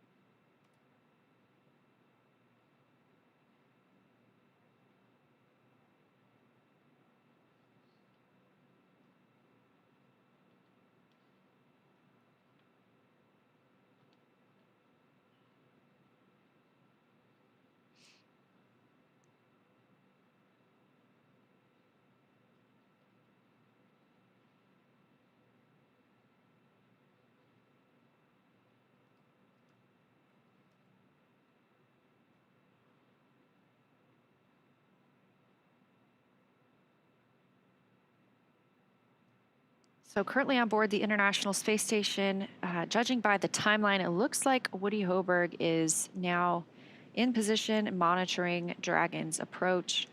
They can actually send commands from Dragon or from the International Space Station to Dragon if need be, if there was some reason that we needed the spacecraft to retreat. Obviously, we're not tracking anything this morning, but he'll be monitoring that approach as they get closer all the way through docking, and then he'll be the person to work through the depressurization of the vestibule and make it a welcoming transition from Dragon to the space station for the 4 new crew members.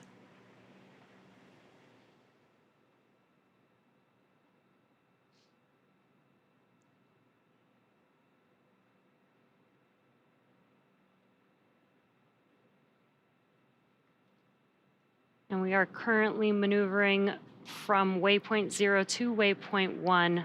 We are expecting to arrive at the waypoint 1 checkpoint at 5:59 a.m. Pacific time. And again, this will put Dragon directly above the International Space Station. So you could see on your screen, Dragon made its way to waypoint 0, which was directly under the International Space Station, so between Earth and the International Space Station. And now it is swinging upwards and will be above the International Space Station, basically on the space side of the station. And again, we are expecting that arrival at waypoint 1 at 5:59 a.m. Pacific time.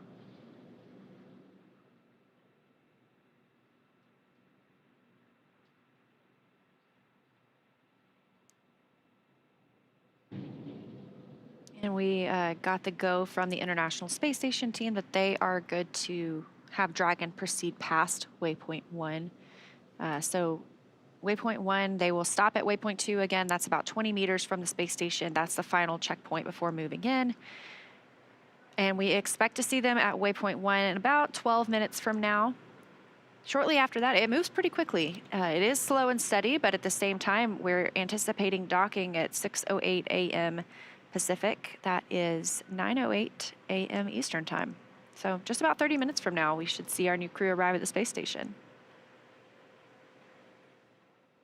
Of course, if we needed to, we can hold at waypoint 2 for quite a while, just to make sure we have conditions on the spacecraft, on the International Space Station, any lighting conditions, just the way we want them before we move on in.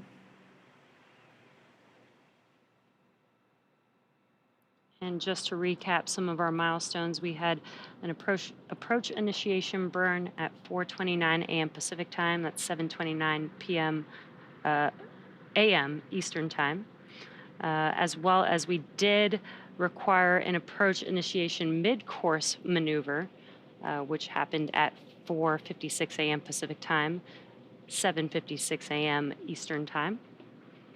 And again, we've passed through waypoint 0. We're on our way to waypoint 1. And as Leah mentioned, after waypoint 1 is waypoint 2, just 20 meters from the International Space Station. There will be that will be a checkpoint where they will make sure that everything is good before docking. And again, docking is autonomous. Dragon is an autonomous vehicle. So the astronauts still are just monitoring all the way until the vehicle basically latches onto the International Space Station. We'll start hearing more and more chatter too as we get closer between all the crew members. And one of the call-outs that we'll hear just as the crew is about to make contact with the International Space Station is CHOP, or that stands for Crew Hands-Off Point. That's about 2 meters from the space station. At that point, the crew should not be sending any commands to Dragon. However, again, we really don't anticipate that they would be because it is an autonomous docking.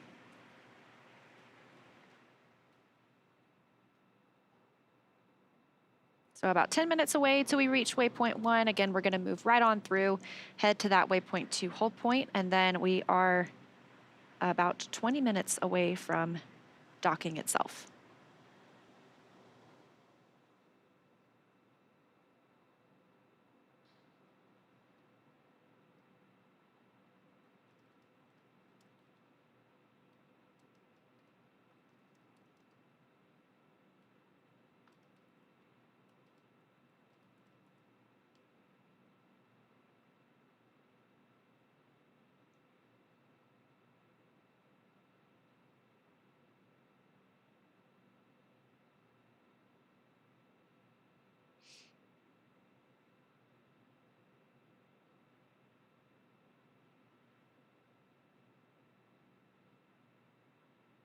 So again, we're docking to the Node 2 Zenith port today. That's the space-facing port.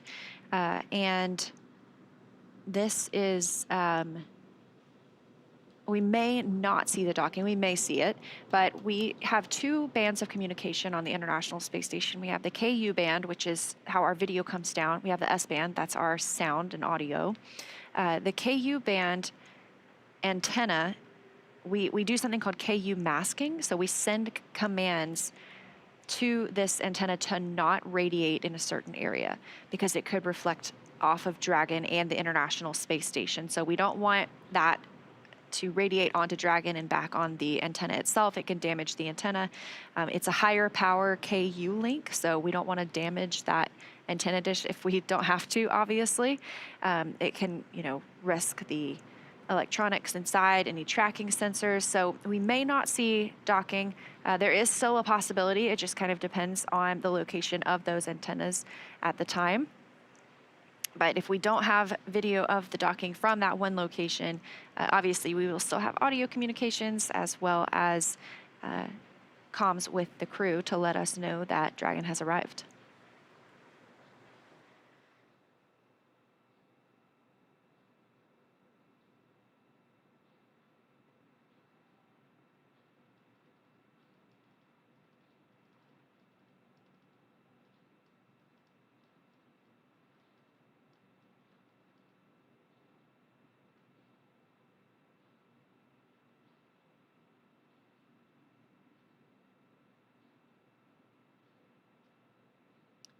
Again, if you're just now joining us, you are tuned into the Crew-7 mission.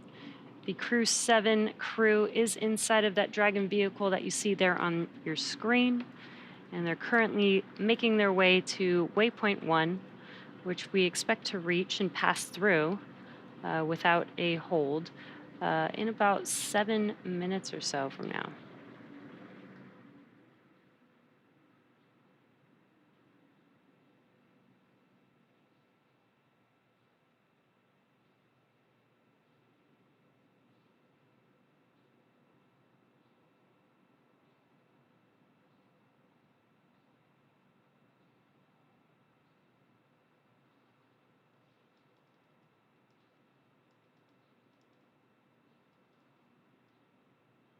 This view coming from a camera on the International Space Station of Dragon continuing its approach. Again, we are going up and above the space station, so we may eventually have some views of Dragon looking down on the station with the Earth below it. We do anticipate entering an orbital nighttime here shortly. It looks about like 10 minutes till the next sunset. Currently flying 269 statute miles over the Indian Ocean, south of Africa.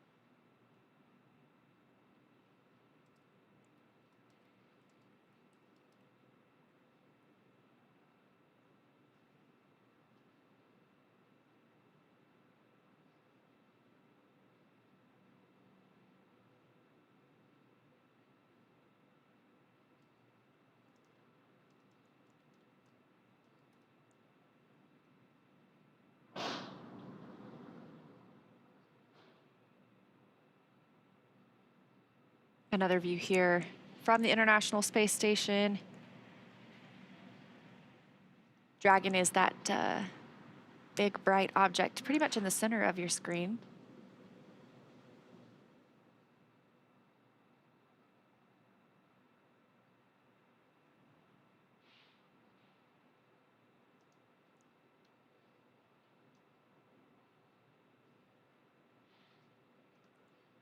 And this view in Mission Control Hawthorne here at SpaceX headquarters.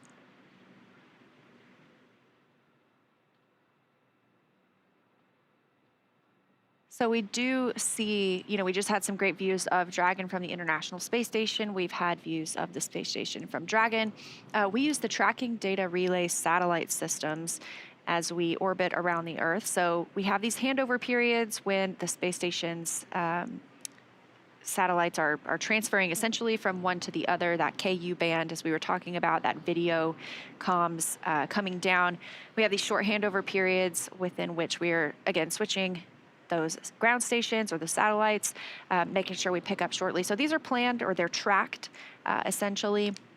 We can also extend these if needed. So sometimes we can get a little more time on a different satellite. Let's say we're on a spacewalk and we don't want to have maybe a 10-minute loss of comm. So we're able to work with the other users of these satellites or these ground stations and make sure that we're getting constant communication at that time. So right now we are taking views from Mission Control Hawthorne on the left, Mission Control Houston on the right, as we are getting into these dynamic operations when we will be seeing Dragon get even closer to the International Space Station. And both of these teams on your screen are actively working. They're currently working in tandem, as we need both the team monitoring Dragon to coordinate with the team monitoring the International Space Station, as we are basically bringing the two together as we speak.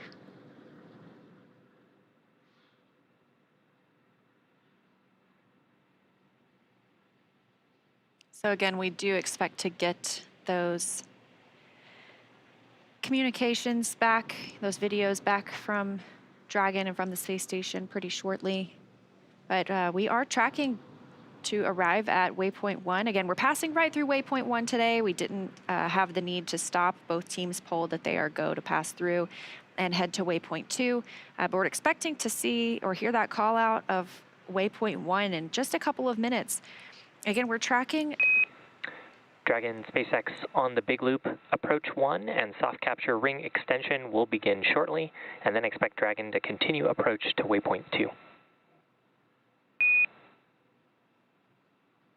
SpaceX, Dragon, copies all.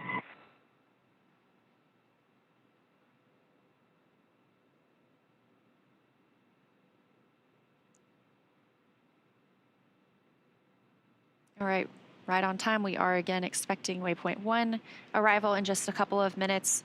Docking could happen as soon as 10 minutes from now. Also heard the call to the crew that the soft capture ring extension will begin shortly. That's the first step in docking. We have soft capture, and this ring will retract, pulling Dragon into the International Space Station, that international docking adapter. And then there are a set of 12 hooks that will securely attach Dragon to the docking adapter. That's what we call hard capture. After that, we'll get into our depressurization of the vestibule.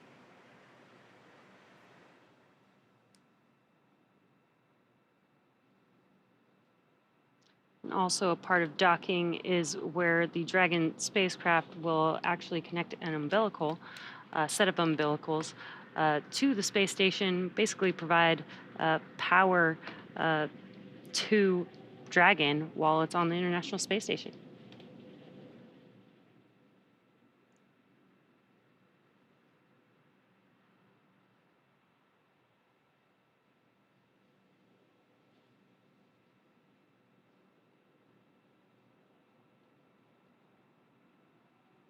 So again, as we get closer to docking, if you are just joining us, this is NASA's SpaceX Crew-7 mission to the International Space Station. We have 4 members aboard Endurance today: Jasmine Mubele, Andreas Mogensen, Konstantin Borisov, and Satoshi Furukawa.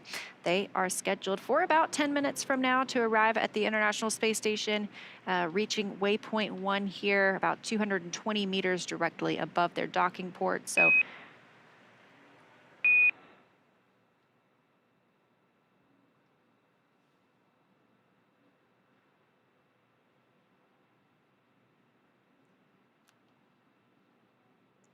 we hear those Quindar tones. We like to pause to make sure that we can hear the real stars of the show. The teams in our mission control rooms talk with the crew members aboard the spacecraft.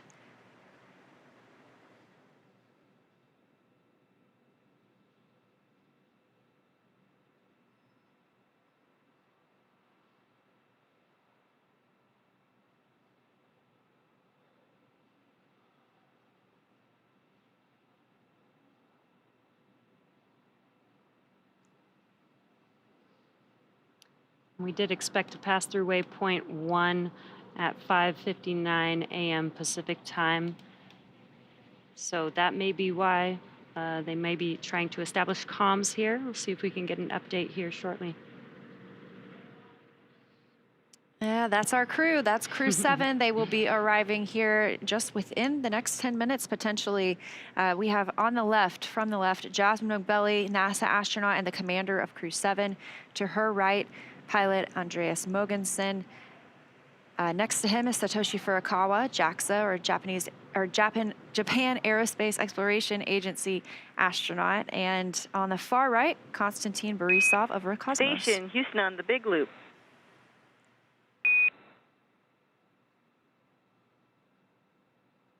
Houston Station with you on the Big Loop. Okay, Woody, we're ready for you to monitor approach per step 3 of 1.102 Dragon approach and retreat monitoring. Let us know when your review is complete and you are ready for docking. Amy, I copy monitor approach per step 3. Review of steps 5 and 6 is complete, and ISS is ready for docking. Welcome, Crew-7. Excellent. And for your awareness, at waypoint 2, Dragon will briefly pause to align for docking and then automatically resume approach. Station copies.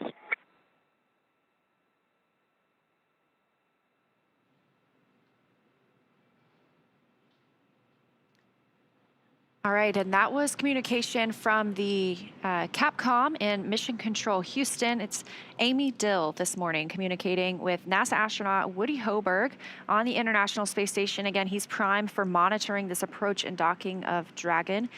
So they are getting all set up on the space station side ahead of docking. Again, we're looking for that to happen around 6:08 a.m. Pacific time, so within the next few minutes. Yeah, it's getting pretty exciting.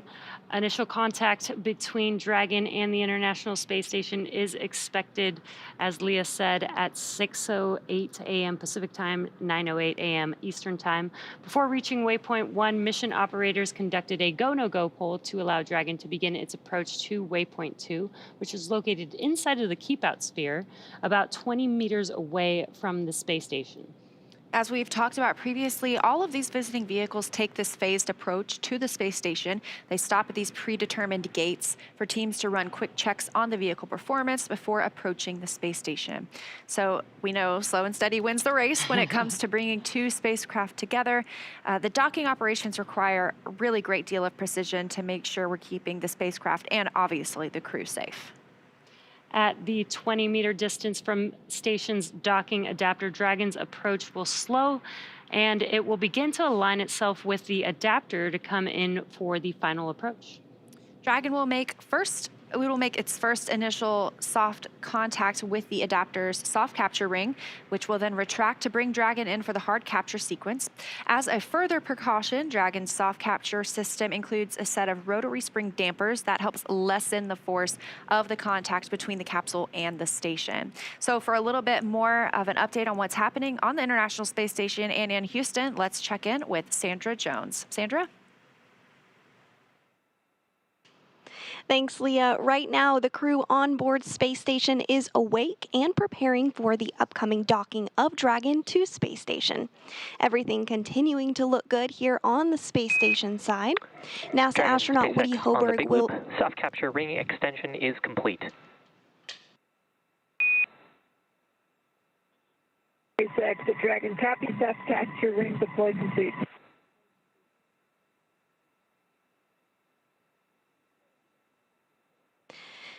Good words there up to the crew. So as I was saying, Hoberg will be in the station's cupola using special software to track Dragon's approach and make sure it stays in the expected zones. Hoberg will also be primed for hatch opening operations once Dragon is docked. He'll start by opening the large hatch on node 2 Zenith, which will give him access into the pressurized mating adapter. The crew will then have to pressurize the vestibule, which is the small space between the hatches on Dragon and Space Station. And This Dragon was exposed SpaceX to on the Big vacuum Loop prior to ground docking. has pulled go for approach 2. Please confirm visors are down and that you are ready for docking.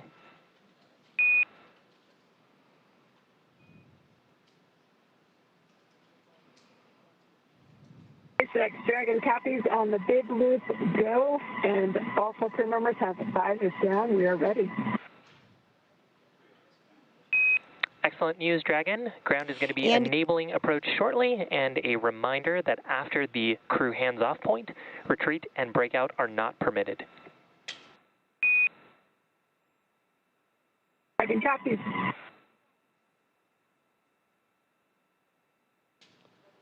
And great calls again up to the crew, letting them know everything is going smoothly. We're getting really close to docking, just confirming that they have their visors down and they can be in that configuration ahead of docking. So everything good here from the space station side. I'll toss it back over to Hawthorne so that you guys can give us an update on your end. Thanks, Sandra. And we did hear the Corps also call out that CHOP, which is the crew hands-off point. Basically, that means that the crew must be hands-off. In case of any aborts that happen during that time, it will be done by Dragon. Now, waypoint 2 is up next, and that will put Dragon only 20 meters away from the space station. From here, the spacecraft will focus on aligning its docking system with the International Docking Adapter. Yeah, so we're getting pretty close. Right now, it looks like we are about 80 meters from the International Space Station. Again, we did not stop at waypoint 1 today. We just kept on moving through that 220-meter mark. We will hold briefly at waypoint 2. That just gives us a chance to do any final checks, make sure everybody's go before moving in for docking. Additionally, we heard previously that the soft capture ring is extended. That's what's going to make first contact with the International Space Station. It will then pull Dragon into the International Space Station's International Docking Adapter before those 12 hooks begin to do that hard capture sequence, really securely securing it to the spacecraft.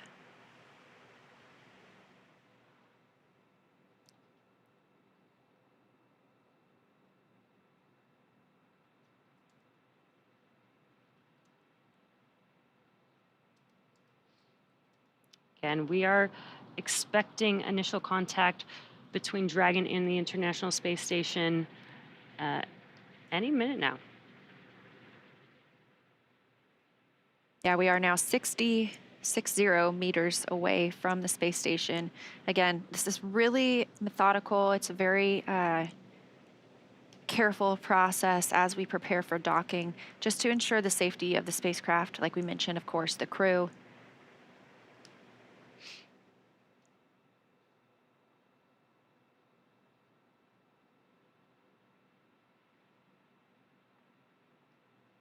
And again, we do not have views from the International Space Station at this time, but we have good confirmation that Dragon is on the docking axis, continues to move in as planned. Sometimes we don't have these views as we are moving from satellite to satellite in the Tracking Data and Relay Satellite System known as TDRS. Additionally, sometimes we just don't have great views because it's nighttime on the space station. You know, we see sunrise or sunset every 45 minutes. They are in an orbital nighttime at this point. The International Space Station flying 265 statute miles south of Australia. Dragon now 40 meters from the space station, continuing to approach waypoint 2.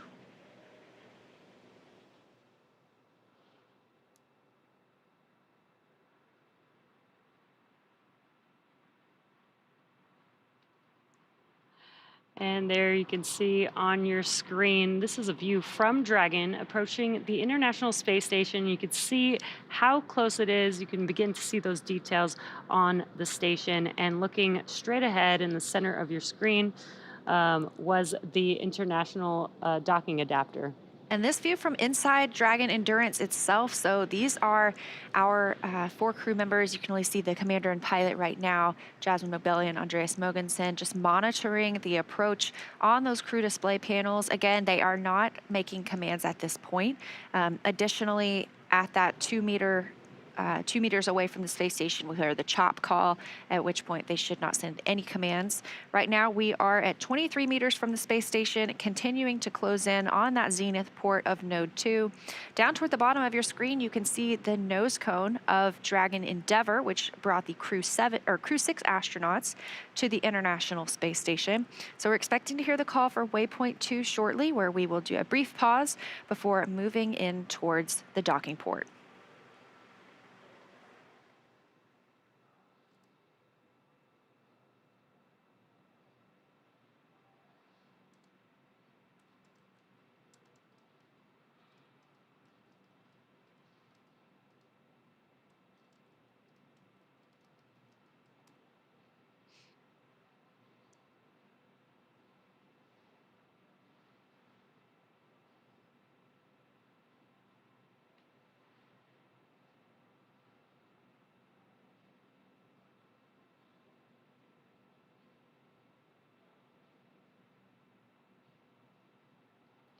Also, a cool thing in this view is Dragon is now directly above the International Space Station, and you can tell in the view because you can see the clouds on Earth in the background.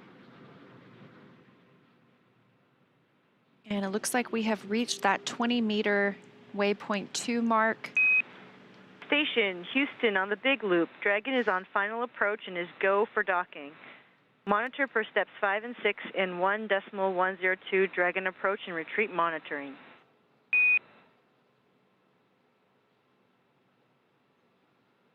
Houston Station, copies all.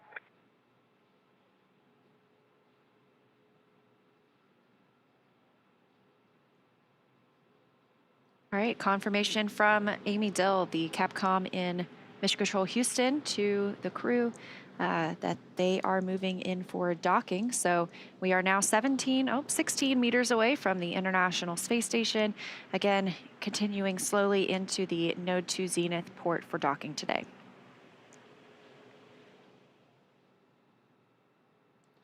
It's such a cool view. It almost feels like we're on Dragon approaching the International Space Station.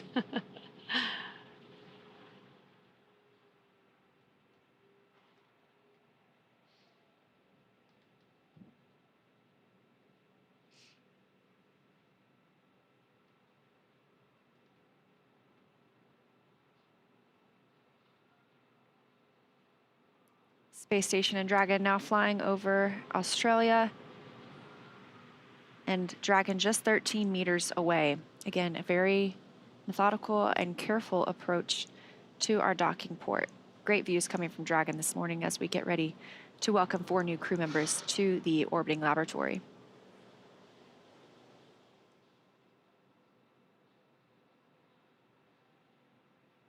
Dragon is at 10 meters. Copy, 10 meters.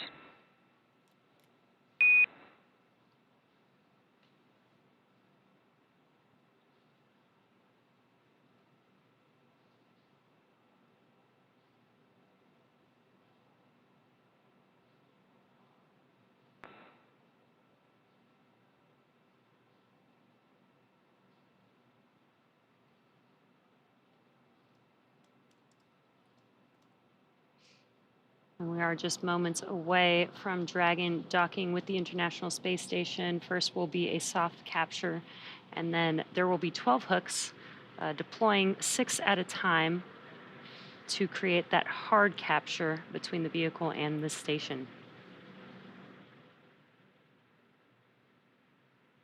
Dragon now just 7 meters away, now 6 meters away from the Node 2 port. 5 meters. Copy, 5. That call coming from Dragon Commander Jasmine Mogbelli, her first spaceflight to the International Space Station.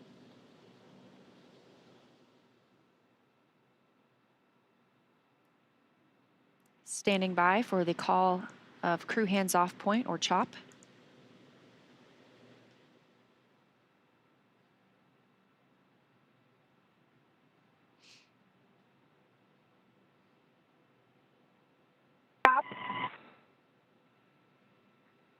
Copy, chop.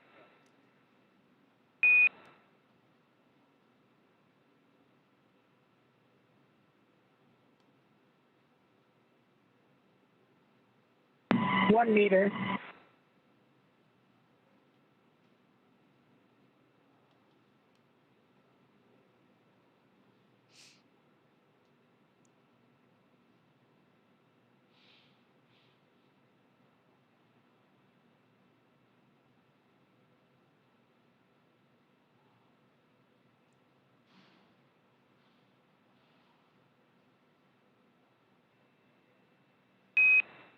And Dragon, we see soft capture complete, and attenuation will begin shortly. Dragon copy. And contact confirmed. 6:16 a.m. Pacific time, 261 statute miles over Australia.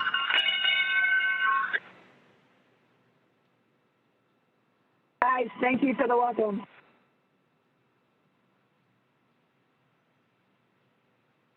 And that welcome coming from the crew aboard the International Space Station. Endurance has arrived with its international crew.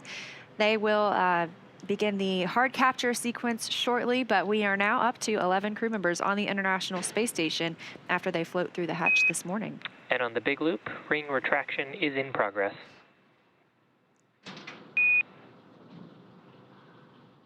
Dragon copy, is ring retraction in progress.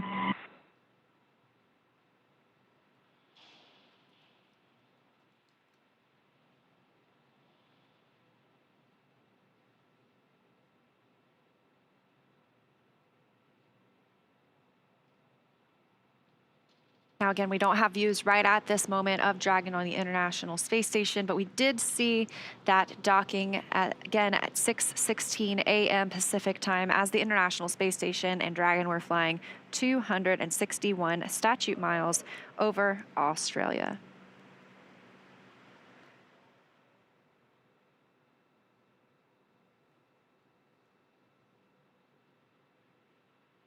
And there's still a few steps to complete before Dragon is securely attached to the station. We've now done the soft capture, but then there will be the completion of the soft capture ring retraction, as well as hard capture sequence beginning, and then finally hard dock completing. And again, that will require 12 hooks to deploy. Again, 6 at a time will deploy to make that hard capture completion. Of course, once we have a successful hard capture, it still is going to take a little bit before we see our crew members float through the hatch into the International Space Station and officially bring us up to that total of 11, at least for about the next few days or so. We will first pressurize the vestibule. Well, Woody Hoberg will open the station side of the hatch. He will pressurize the vestibule, the space between both of those hatches, the Dragon hatch and the station hatch, bringing that to the same pressure as is inside Dragon and the space station. It's much of what we are used to here on Earth. Eventually, they will bring the crew members aboard. Again, they will give us a welcome ceremony. We'll get to see them and hear their first remarks about their visit to the space station, maybe what the ride was like. Then they will move right into work. They will start their safety briefing with the crew, making sure that they remember all their training from the ground, get brought up to speed on the International Space Station itself.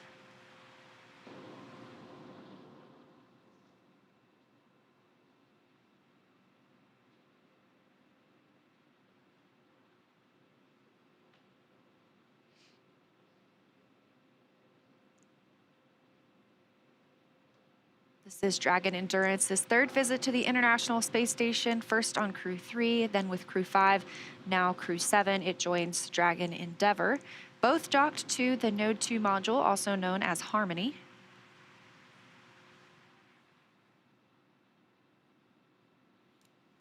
And that next step, soft capture ring retraction, is typically expected about 4 minutes after soft capture. So we should... And Dragon, ring retraction is complete. The docking sequence is holding for MCS reconfiguration. SpaceX, Dragon copies. And what perfect timing. Soft capture ring retraction is now complete.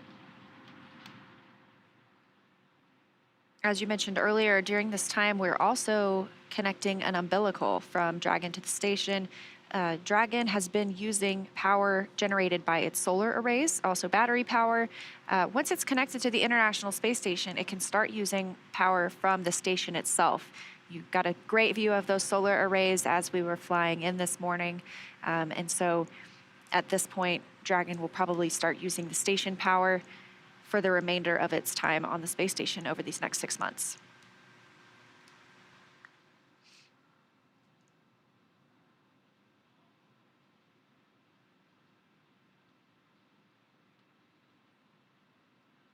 And again, we do have soft capture complete for Dragon Endurance. We are standing by for the start of the hard capture sequence. This process takes several minutes, but it is the securing of 12 hooks from Dragon to the International Space Station, giving us that firm, secure hold. MCS configured. Proceeding with hook driving.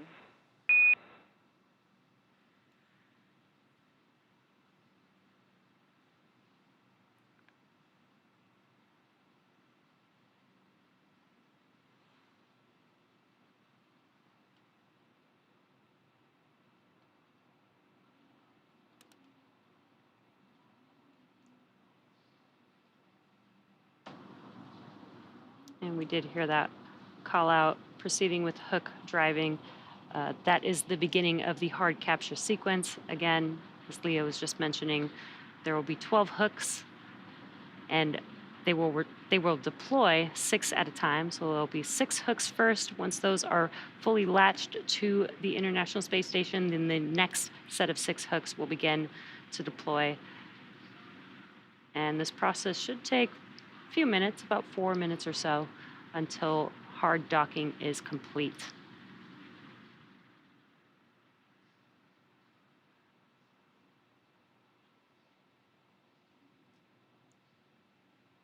Again, we welcomed Crew-7 to the International Space Station at 6:16 a.m. Pacific time this morning. Here's your view inside Dragon Endurance right now over the shoulder of our commander, Jasmine Mogbelli, and pilot Andreas Mogensen. It was Mogbelli's first trip to the International Space Station and Mogensen's second. This is also Konstantin Borisov's first trip to the International Space Station.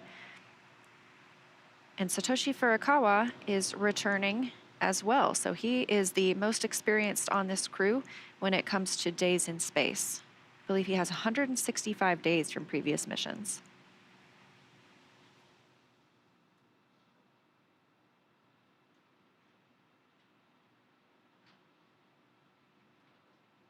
This is the view that we saw as we were preparing for docking. It was giving us great views of the docking port itself. Now that we have completed that soft capture, we are obviously pulled into the space station. And those first 6 hooks are driving. We are, again, in the hard capture process right now. So we'll see those first 6 hooks drive, followed by the second 6, at which point they will be considered officially hard docked to the space station.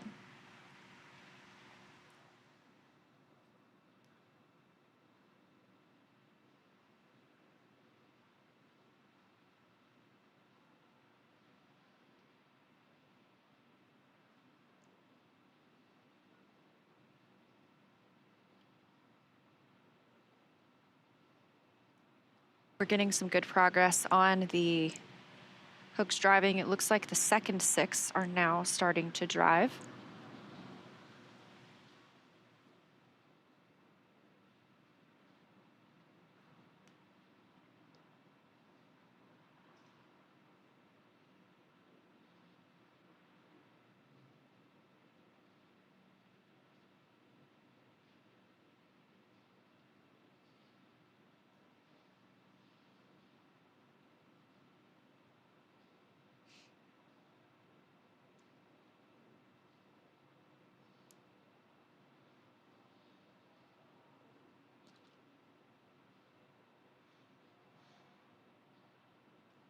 Meanwhile, on the International Space Station, again, it is a Sunday, so it is considered an off-duty day for the crew.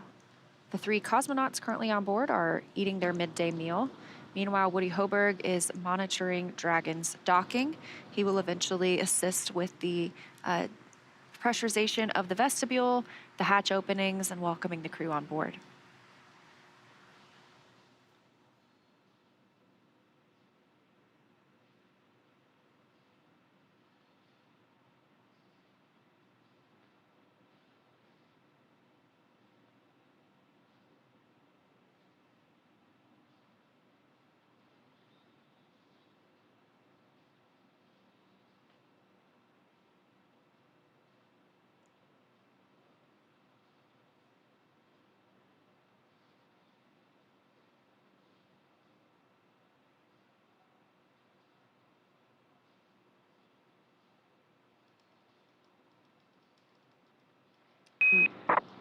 And on the big loop, hard capture is complete. Dragon, you are go to raise visors.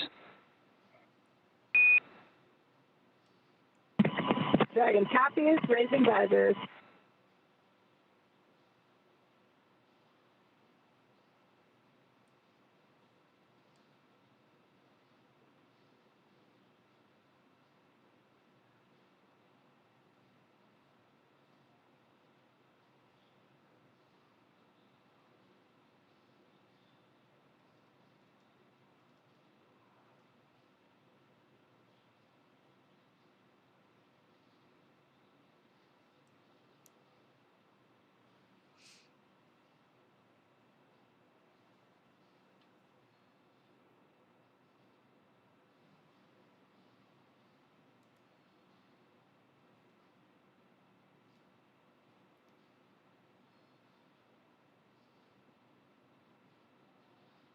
And if you're just now joining us, you are tuned in to the NASA SpaceX Crew-7 mission.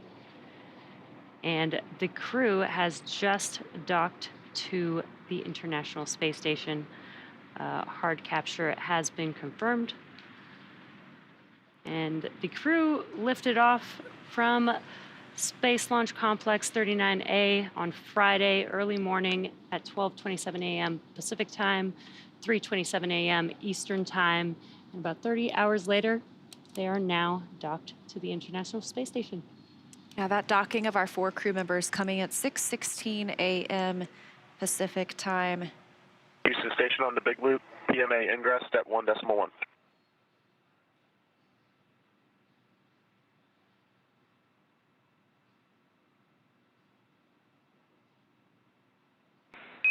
And Woody, we're not quite ready for that step yet. We'll let you know when we are. I copy, standing by.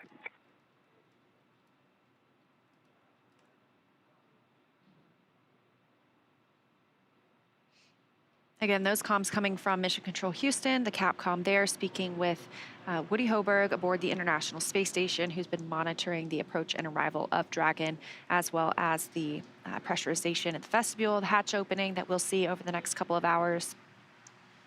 Docking came this morning at 6:16 a.m. Pacific Time, 9:16 a.m. Eastern Time, as the spacecraft and the International Space Station were flying over Australia. We've again seen completion of soft capture as well as of hard capture. And on the big loop, docking sequence is complete. Dragon, welcome, Vilkom, Yokoso, Dobro Pazalovat to the International Space Station.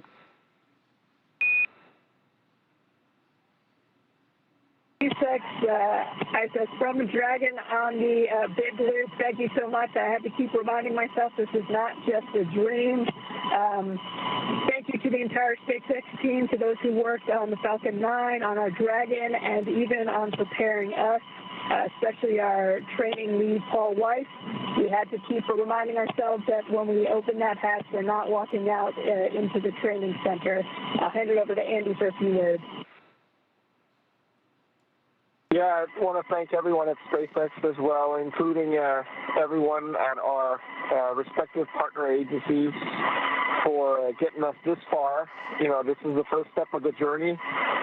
The real mission begins now on board the International Space Station. We have a lot of exciting work ahead of us that we look forward to.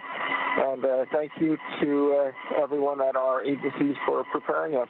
We look forward to getting ready.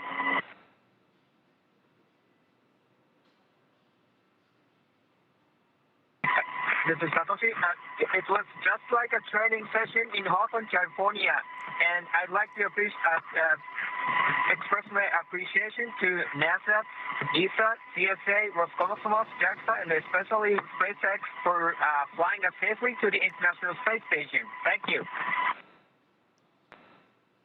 Thanks all. It was exciting. Like my friend said, it was really close to what we have experienced during the training. We just had to remind ourselves that it's happening for real.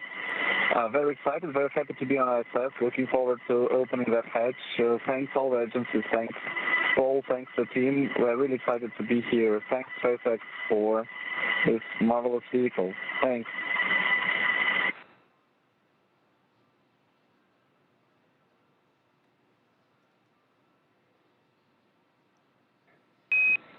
And Dragon, SpaceX on the Big Loop, on behalf of SpaceX, we want to thank you for training with us, and it's been an honor and privilege to bring you to the station today.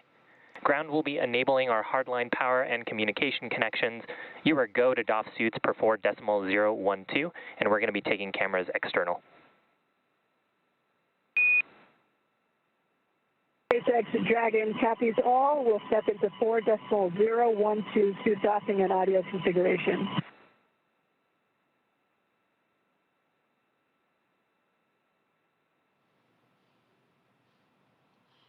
And some awesome words from the core, our core here, Shiva Bharavaj, speaking in every language to the crew, which was pretty awesome, welcoming the crew to the International Space Station. The crew also saying some amazing, kind words. That was really awesome to hear.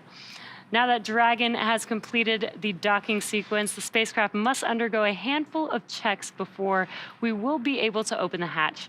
The crew on board Dragon will now get a chance to get out of their suits before moving into hatch operations.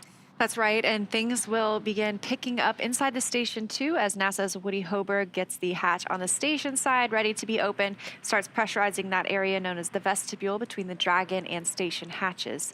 So with Dragon docked, that's going to do it for us here in Hawthorne, but our coverage for Crew-7 doesn't stop here. If you stay tuned, we'll have NASA's Sandra Jones in Houston continuing to walk you through the pressurization of that vestibule, the hatch opening as well.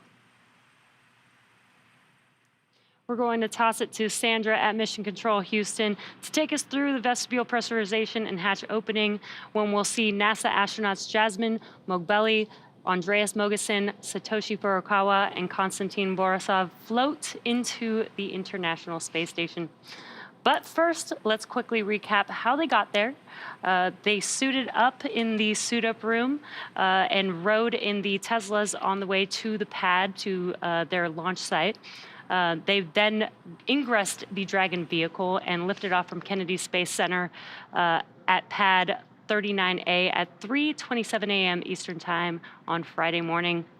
Stage 1 came back to land on landing zone 1, and Dragon separated from Falcon 9's second stage, and then the nose cone deployed, as well as we had a few major burns, 5 burns on Dragon to enable them to get to the International Space Station, and docking confirmed at 6:16 a.m. Pacific Time, 9:16 a.m. Eastern Time on Sunday, August 27th. Yeah, so now that Crew-7 has arrived, we are looking ahead to the return of Crew-6. We'll be taking you along as Steve Bowen, Woody Hoberg, Sultan Al-Nayati, and Andrei Fedyayev return home after their long-duration stay aboard the station. Our teams are assessing return dates, which will be announced on nasa.gov, so be sure to tune in as NASA and SpaceX bring you live coverage every step of their journey. Also, be sure to follow SpaceX and NASA on social media for real-time updates. Thanks again for watching.